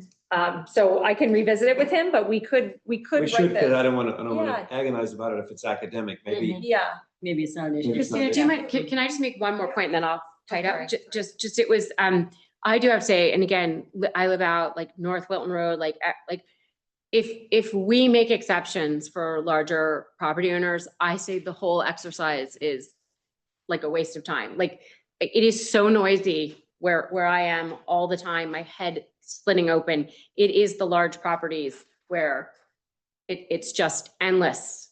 I have to say, like, if we really care about noise and quality of life in this town, it has to be, it's either we're for this or not, but to make exceptions for large property owners would be devastating. Okay.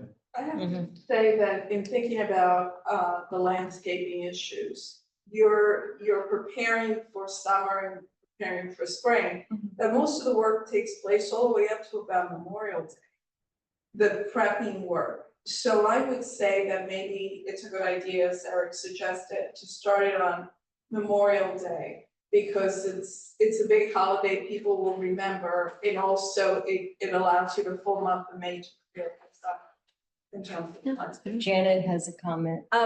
Maria, oh, Janet has Agree with Jen and said, but I, I didn't see that. I can check the chat. okay. Maria's had her hand up for a few Yeah. minutes. Just 2 points. One, regarding the exceptions and the town's use, I almost feel like you said, Tom, we need to do a little analysis, kind of study that issue and see what the real impact would be. And I just wanted to respond to the comment about we have 2 acres here, and we're 3 of my neighbors, we all use the same lawn person, so he's in and out in a short amount of time. We kind of coordinated it. I was under the impression the issue was more in town when you have smaller lots and people are hearing the sound. I just think time restrictions for us, it would be a hardship. I really feel like the residential homeowner using their own equipment, maybe there has to be some, we have the lawn guys that are coordinated, but the time in between, we have our own leaf blower to clean up stuff. Trees are dropping stuff all the time, acorns, it's just branches. So that's that.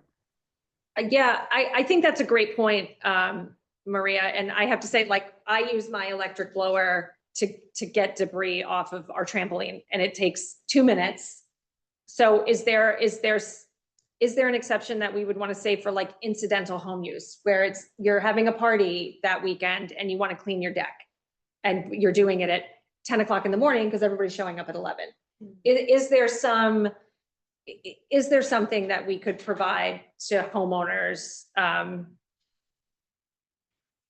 in the timing, like incidental home use is not going to be, don't call the cops because your neighbor's using it to clean out their gutters for 10 minutes or to clean off their deck. Like, there has to be some common sense in play here. And I don't know how we draft for that, but that's definitely something to consider. Rita?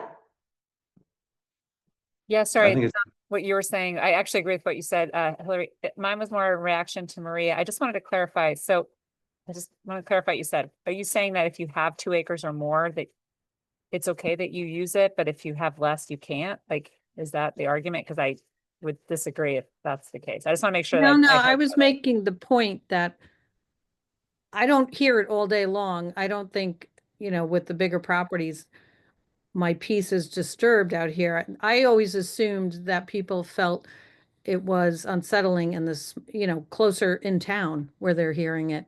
So I just was surprised that, that it's a bigger issue on the bigger properties. Like the guys that come here, when they come, they're in and out pretty fast. And maybe because we're coordinated in our neighborhood. These things are subjective, but Yeah. one thing I hope we do not accept as a premise is that the only problem is the large lots. That's certainly not true. No. I mean, But I feel like with this back and Or forth. the opposite, which is it's only the small lot. I think we have to be Right. equitable, that's all. I feel like with this back and forth, it proves kind of a point, tangentially that Rita was making earlier.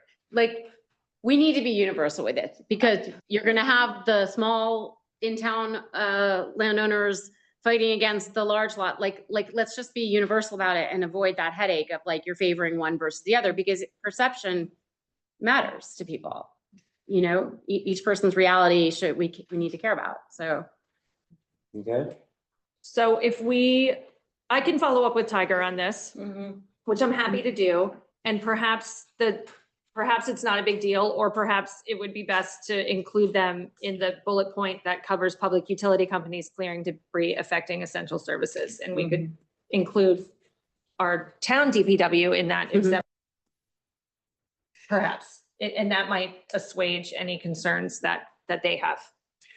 That's a good approach for now. Yeah, it sounds good. We can wait and see if we get how much resistance we get later on in the process. About DPW specifically, No, well, or about that and the 2 acre people and whatever. do we want to say, I'm about to say the most bougie thing ever, but do we want to say incidental home use for like the homeowner who wants to clear their tennis court, or my kids who need to You clear said the trampoline, or like recreational clear use. the, I don't like recreationally, I mean, because I don't know. I think that's too specific, Well, I think the but concept is great, yeah, but let's not try to work out all the details of it Okay. tonight. okay. Put that as a maybe. How do we feel about then, having looked at these exceptions and had a further conversation about the dates that are set forth? Do we want to move it to Memorial Day and then, or move it later then September 15th? How do we feel about the time frame? Having spoken about this? So I was moved by your comment about Memorial Day. At first, when I saw the dates, I thought that sounded excellent, but in reality, I do think that there's something about Memorial Day. A lot of people use that as a deadline to get their property like looking nice for the summer. So I would be amenable to that. And then are you good with September 15th as an end date, or do you think it should be later? I think it should be the Friday before Memorial Day or the Thursday before Memorial Day, because we don't want to interfere with Memorial Day weekend. Yeah, maybe Friday. So that would be the end of August. No, Memorial Day. Memorial Day in May. May. For the But start. now, I'm sorry, Labor Day, you're saying? No, No. Memorial Day weekend would be Okay, you're right. So on that point, the reason again, I'm flexible on this, but I would say Friday of Memorial Day, just because a lot of people, you can't get your gardener on every day that you want. So if that's like the last Okay. day of the week. And I am completely flexible on whether it's Labor Day or September 15th. I'm fine with whatever the group decides. I will merely note that there were a fair number of leaves in my yard by September 15th. So. I just noticed today that they're falling, like my driveway is sort of Yeah. covered in a layer of Today. leaves today, which I thought was. But interesting. we're at the end of September. Oh, yeah, yeah. Mhm. No, I'm just waxing poetic So about what do the you think? leaves falling. The second day. Do we consider Eric's proposal Memorial Day to Labor Day? Well, Tom said the Friday before. Yeah, The Friday before? the September, I think Eric was, actually, his point was to have something that people could remember, Mhm. holiday to holiday, nice and clean. I would go further. I would say the Saturday of Memorial Day is the last day. And then the Saturday of Labor Day, only because that's when people are home and they would probably catch up on their landscape. I wouldn't want to make it Friday where if you don't have a landscape or you're doing it yourself, you can't do it over the weekend. At least That's a Saturday. good point. I would just keep it very simple and do, if we're gonna switch it to a reference to the holidays, I would just make it Memorial Day to Labor Day and like, Okay. then, because I feel like it kind of overcomplicates it to be like the Friday before Memorial Day and then the Saturday before Labor Day. That's why your dates are much cleaner in a way, because it doesn't get confusing, even though you can remember Memorial Day to Labor Day, your dates are just like, this is the date. So I think there's validity in that as well, in terms of clarity. I'm kind of flexible. Well, Yeah.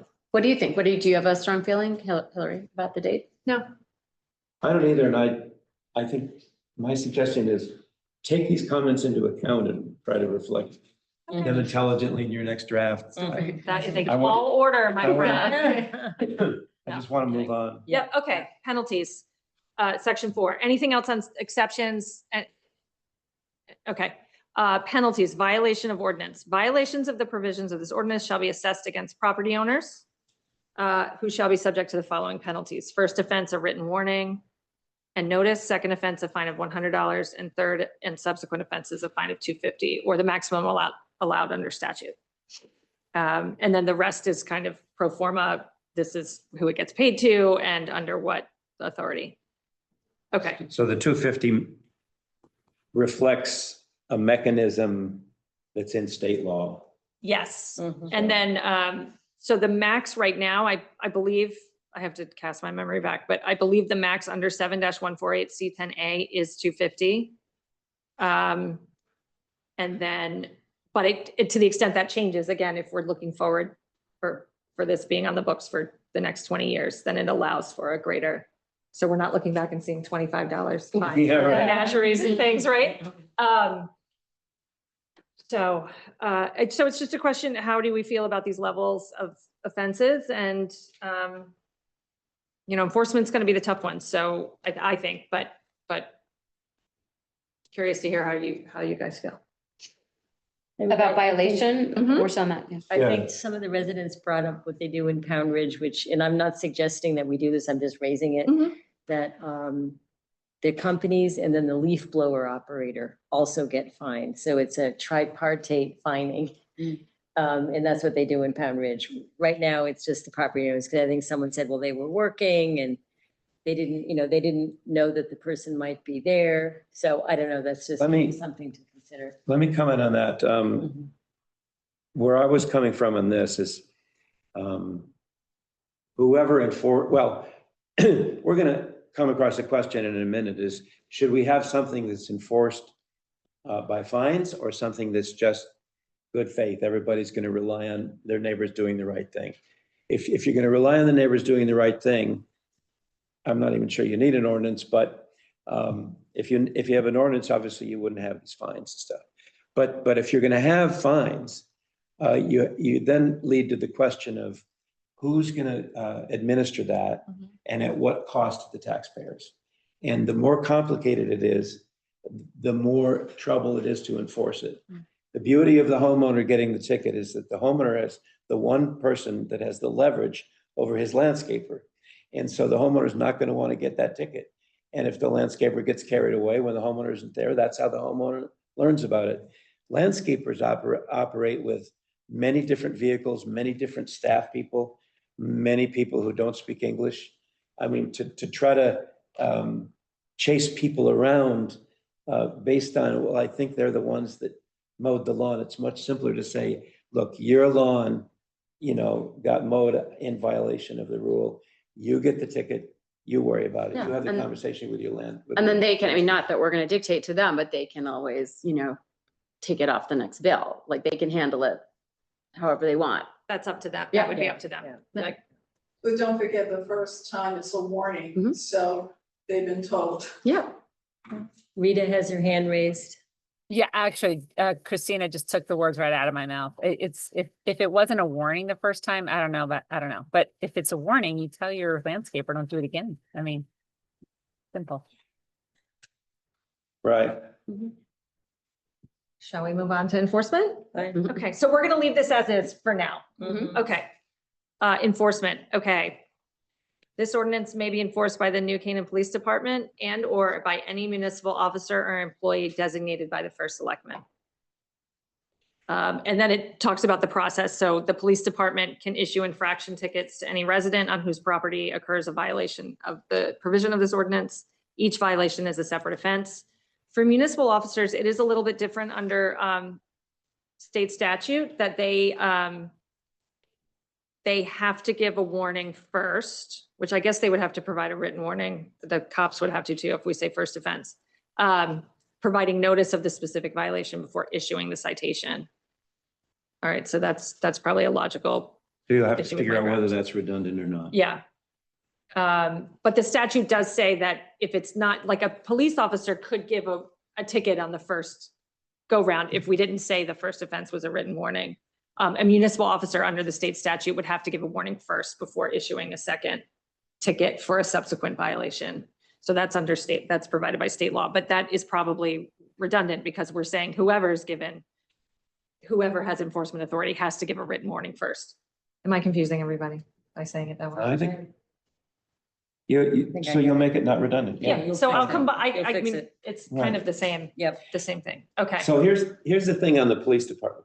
Mhm. The police department is adamant that they will not enforce this. It's a horrible use of their resources. That they need to keep their officers sharp for real law enforcement and not to be chasing around with, leaf blowers. So as a practical matter, they're off the thing there. So if there is to be an enforcement, it has to be something similar to what planning and zoning does. They have an enforcement officer. Also, I think serves as the blight enforcement officer.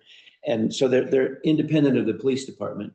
This would probably require a budget allocation. I don't know how much it would be. If it's just summer, I don't know how, you don't have to have a whole crew of people that are charging around town. Hopefully, you can have seasonal employees but there would be a cost allocation. If we didn't, well, either way, I mean, the police would probably want to increase their budget if they had this to do anyway, but this enforcement is not free, which invites the question, which some people believe, is that just put this out as expectations and let people do the right thing. So, can I actually, and I don't assume that this is the right form to deal with this now, but just in a sort of conversation, just exploratory conversation I was having with some members of the Conservation Commission, is there something where, like, at least the first aspect of enforcement, which is getting the letter that says no warning. Is there some way that we could work with something through IT that if a neighbor has a complaint, that there's some place on the town website so that you could go and you could issue that complaint, and then that would generate a letter sent to the homeowner. So you could, like, at least at the first phase, you could.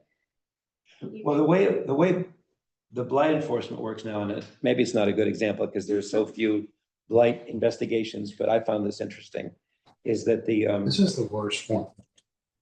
Oh, the blight officer, he invites input from neighbors, but he always makes his own inquiry because he doesn't want to take the neighbors' perhaps exaggerated claims into account. He just wants to verify what, but absolutely get that information to the enforcement officer from neighbors, absolutely. the problem with that is that blight is sort of fixed and static and leaf blowing is not. And so the other problem is that as much as I think that everybody that lives in this town is honest and great and wonderful neighbors, it does, if that were to count as the first offense, it triggers then a second complaint issuing a fine, which is, so you really need to have somebody there that has some authority that can verify that the violation happened, because it's a domino effect. It's not just like you get letter after letter after letter, which could be a nuisance, but it's not money. That would trigger a cascade of events. So I just want us to be careful about that. I think it's a great idea. I think I would hope it would work that way. I do worry that there could be some neighbor feud that we don't know about that it could encourage. Rita, did you have? Only that I think this is the most difficult part of the entire thing is the enforcement. It is, Rita. And I think you all make really good points, and I really wouldn't want to pit like a neighbor just,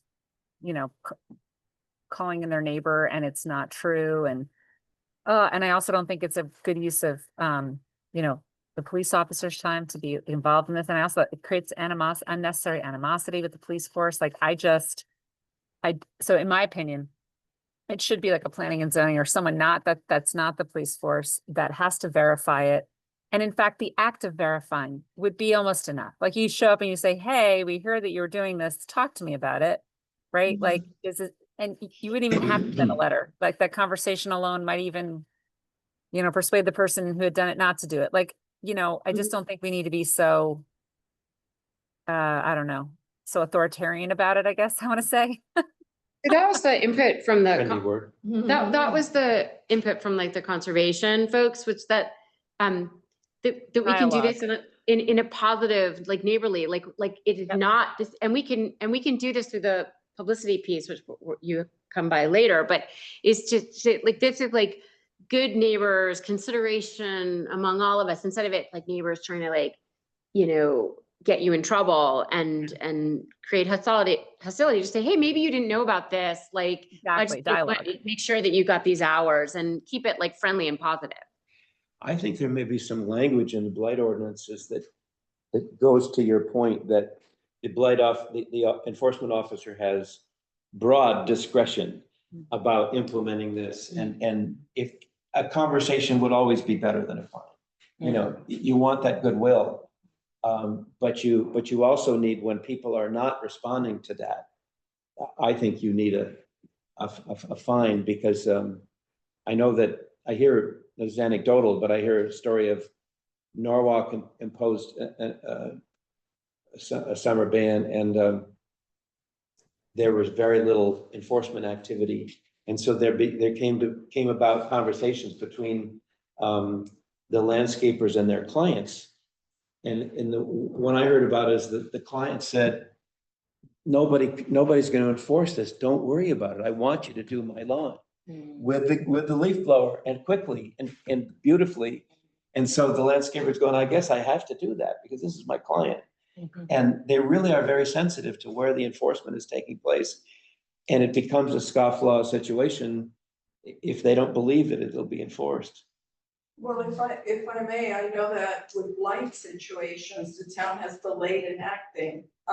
When Brian Platts was the blight officer, he would find out why properties like that and then try and work out a situation. It's almost a different type of scenario than somebody who's purposely doing it despite the rules. I mean, I think there will be a certain number of people who still use their gas-powered leaf blower and say, whatever. And there are some people who will be like, I want my gas-powered leaf blower and I'll pay the fine. There's a couple things here. I also don't want to create a police state about leaf blowing, right? On the other hand, we have a police force and we have the power to pass ordinances that if we say they have to enforce it, you know, what they do, it doesn't really give discretion, right? So they might choose to prioritize some things or other, but if somebody is hanging out, like trying to get traffic tickets and they're nearby, they could go take a spin around and see. What do the other towns do? Well, the other towns, it's police, and it's exactly what we're talking about. Typically, it's police and or the building department in the other towns. Usually that, I mean, in the majority of the towns, or some towns like Gardens, the town where I have a beach house, they have a code enforcement officer that literally drives around all day and catches people who are parking where they shouldn't be. He has broad authority to enforce, he enforces building permits, so he'll go around the construction sites and he enforces the leaf blower, the lawn. We can't do any lawn work on weekends out there, so he'll enforce that. I haven't looked at this recently, but when I did look at it, Greenwich relied on the police, Norwalk relied on an enforcement officer, non-police, but it was thinly staffed. Westport, all they did, every time you had a violation, they'd put a pamphlet in your mailbox. It's like, to convince you that green living was important.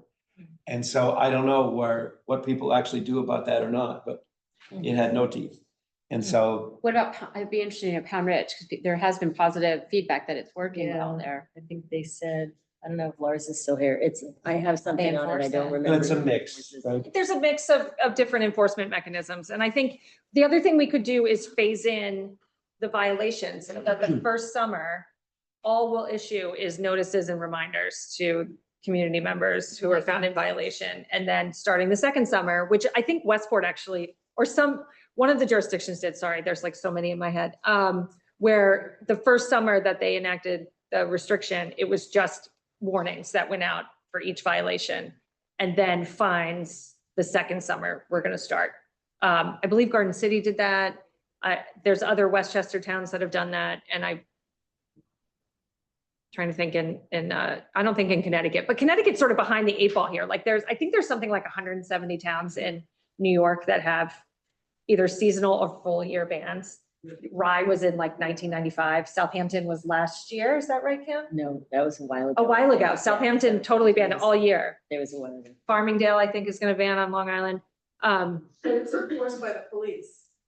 I have the Pound Ridge here. It says police officers in Pound Ridge respond to a variety of calls, and certain incidents will take precedent over the report of a noisy leaf blower. Please be patient and understand, but by the time an officer arrives, the landscapers might have moved on. And they actually mentioned the chief's name. Chief Mulcahy noted that some landscapers deliberately blow at the very end of their visit so as not to exploit this gap in response time. So this is kind of like a farmer's almanac approach. But it's interesting what you're saying, because it sticks with like a theme we've been talking about, but maybe the first year, it is just about constant, like friendly reminders, here's the like the times and publicizing. And I heard some folks like sort of cite, even just by when you pass an ordinance, like you'll get immediately like 30% at least buy-in, like people who just are the do-gooders who will, so, and then maybe there's, you know, not pure pressure, but like people fall in, okay, this is the way things are done in New Canaan over time. And then, you know, and then if you don't, then the fines come the next year. And the market might catch up. So it might be that eventually, by the time people are getting used to this, and if there's like some entrenched intransigence, you know, their gas powered leaf blower is gonna, excuse my language, crap out at some point. And they're gonna have to get a new one. And it could be that the market only has then electric leaf blowers, or maybe the state has done something, because it is kind of like putting together this patchwork among 169 towns isn't the best solution, because landscapers come from all over and work in different towns. It's not like they only work necessarily in one town. So if they have this rule here and this rule there, that's difficult for them. So I would hope that the state might do something by then. So, but we could take a phased approach on violations. I think that's, I don't know. I can see a column in the newspaper, confessions of a leaf blower. And the different addresses posted. Oh my gosh, no. Did you hear? Yeah. Oh, yeah. Your Tom's address will be listed. I'll just give you my perspective is that Yeah. if you have an effective communication campaign, Mhm. and I wouldn't assume that's easy, but if you do have an effective one that really penetrates the town and gets the word out, then to me, it's a little silly to say, we're doing this big thing, but we don't really mean it this year, you know? On the other hand, I think one of the reasons that people put the transition year in is because they don't really announce the law, the new ordinance until like April. And like, they know that they're not really ready to enforce it anyway. Right. But here we would have a lot of time, Well, potentially. we'll see. know. I don't know. I think May will be here before you know it. And like, then we get budget season, and I would hope that if we were going to do something, it would be sooner rather than later to Yeah. give people enough runway and enough time. But I also think passing an ordinance is a big deal, and we should make sure we have plenty of time for all the stakeholders to weigh in. I agree. That one. Right, I thanks a lot. totally agree. Maria's had her hand up. Yeah, I'm still sort of stuck on the reporting. How does this work? If someone hears a neighbor with a leaf blower, is it a hotline, or do they do something online, or do they call the non-emergency number? Like, I think there's a lot to think about, and people, how do you tell them what it is they need to do? So I just think this is a tricky conversation, because you don't want neighbors tattling on neighbor. Like, what's it gonna look like? That's what I'm wondering. Well, I would envision just a email or text or phone, you know, a email or text that goes to the enforcement officer, and it's anonymous. Enforcement officer doesn't disclose the fact that he's heard, but he goes to the site to investigate or not. If he has time, he'll go and investigate. And the neighbor wouldn't even have an idea that someone had turned him in. It would just be that the enforcement officer swung by the house that day and saw the violation and issued a summons. Can I just expand on your idea? What if the enforcement officer sent a letter out with a notice that it's been reported and this is your first warning?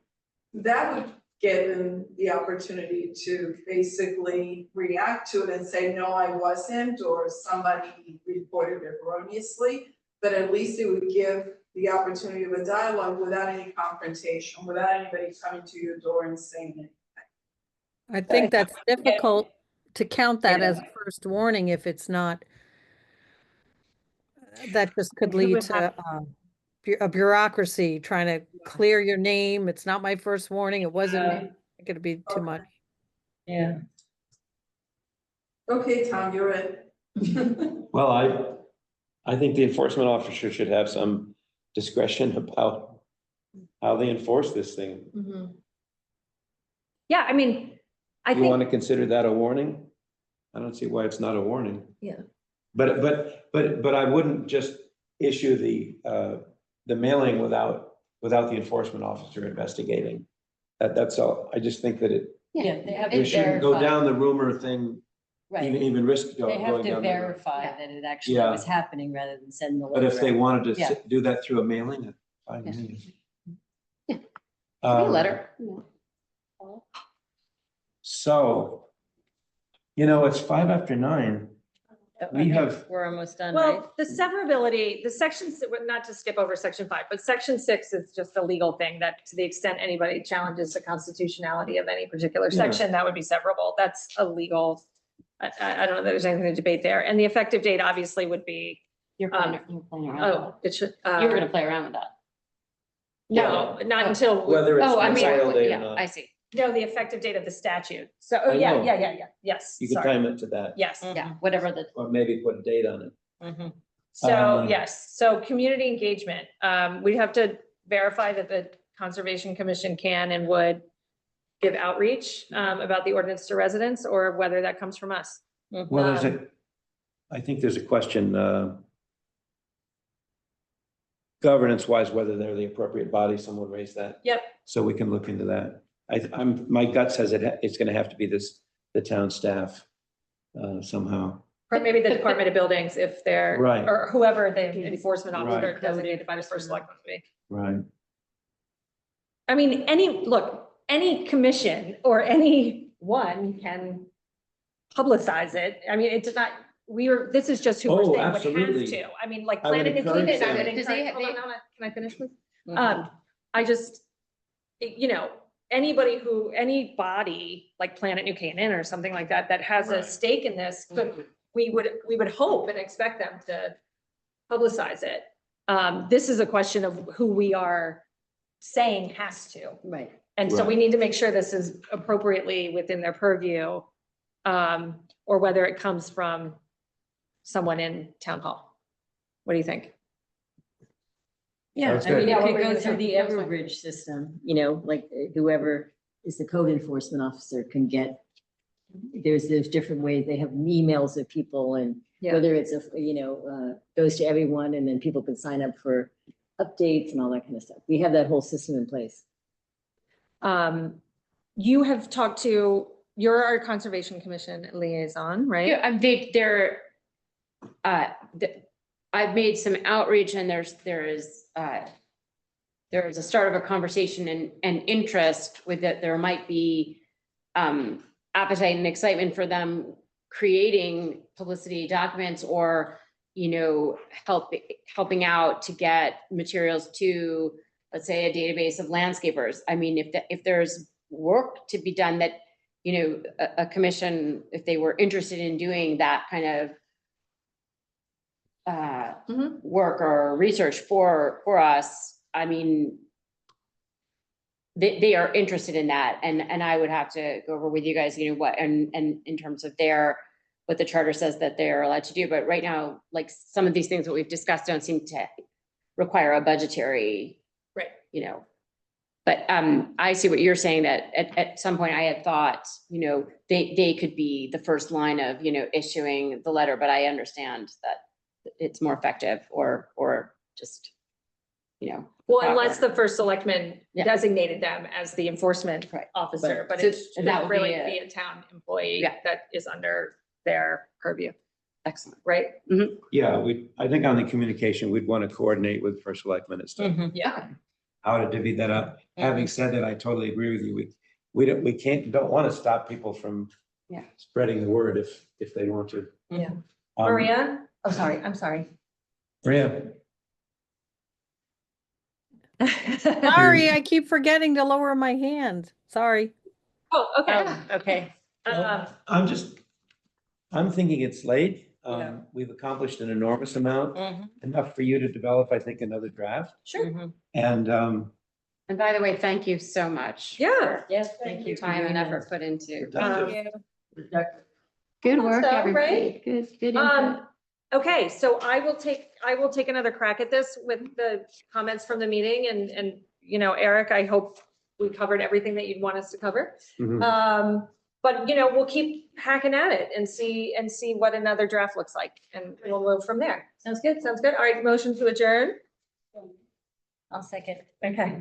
Thank you. All right, adjourn. Thanks, guys. Thank you, guys. Thank you for everybody who joined. All right.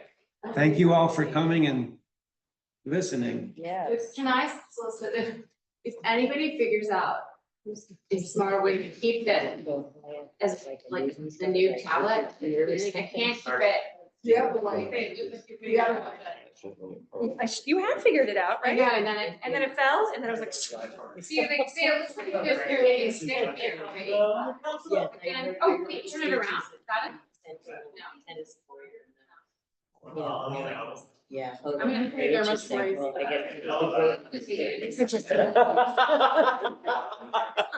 I don't do that. I know. I love the way you put that. It's great.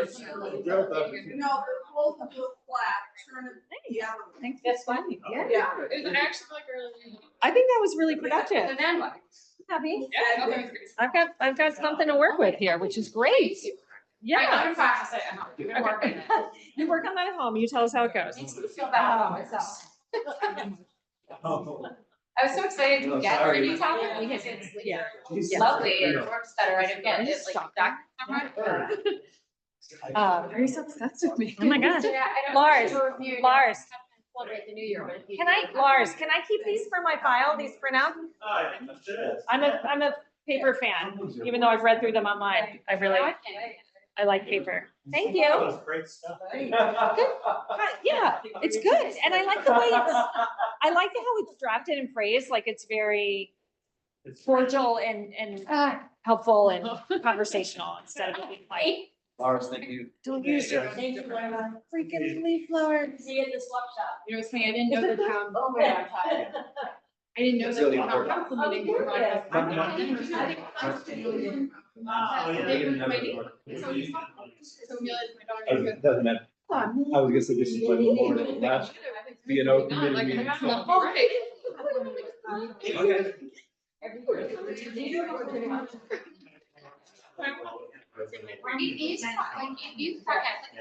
Not only like. Right. I will be, they had his interview.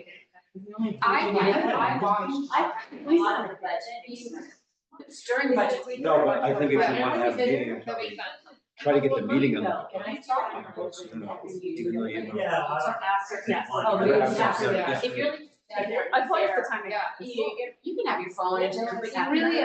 Oh, yeah, I wouldn't be pressuring you for work product, just sometime before election day, get it on the calendar. I'll send them. Yeah, that's a good idea. Yeah. It would surprise me.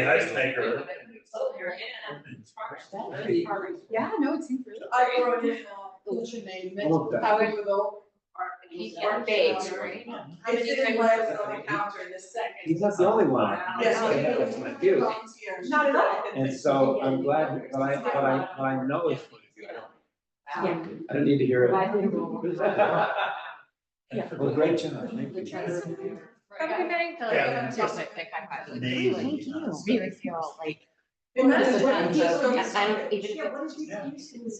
It's so dry, boards and all sorts of, you know. Why don't you do this? They fight about it. I mean, I know you have certain things that you don't, you know, you want to keep it. Yeah. Great. Well, those organizations like you, that's so. Right. Realize exactly. And they sell.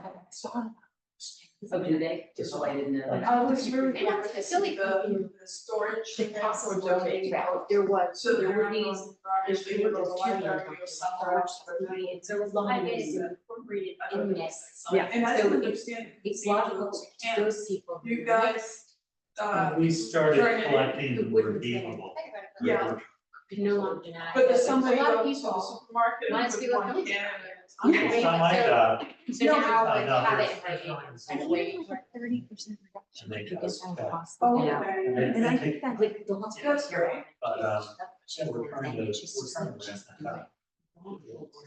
You have. I don't remember how much money. But it's relative. You can, it's a lot, right? 10 cents. Yeah. No, it's not. you can make a profit, you Yeah, buy yeah, in New yeah. York. And you know what? And And you you know what? receive a We- benefit. We are responsible for it. You know. Connecticut, yes, Connecticut changed. Yeah. Yeah. You're really not. This is, yeah, like, what are you guys doing? There's something Can I that say they did, you couldn't go over. It's not good, not They're not right. accepting license plates. Did you know this? I did. yeah, I think it's. Oh, I thought it was like a V-neck. I didn't know it was like, okay. No, I swear. You're Like, he proud. had like a sweatshirt unzipped, and I was like looking. at Yeah, his but shirt. Connecticut is making a Yeah, ton he of looked money like because Curtis it's and not like, being um, recycled. Yeah, exactly. So he Yeah. supports this ordinance, but I was like, this is literally what. I'm Norwegian, it kills me seeing all Government that shouldn't waste. do in the, anything here, but people no, should just recyclable thing. mow the leaves off their lawn. because Come it's over good. and compost for me, John. Like, You know, I got. Oh. Anyway. I was like, oh, okay, that's when I stopped. Yeah. And we're done. Wait, what? It's like, don't do it. Good night, you guys. Good night. Good work, everybody. Good work. Can we just? Can you talk about that, We weren't recorded this last. no, I don't, no, I turned it off. So what happens with all this stuff? Oh, I'll take it. Okay.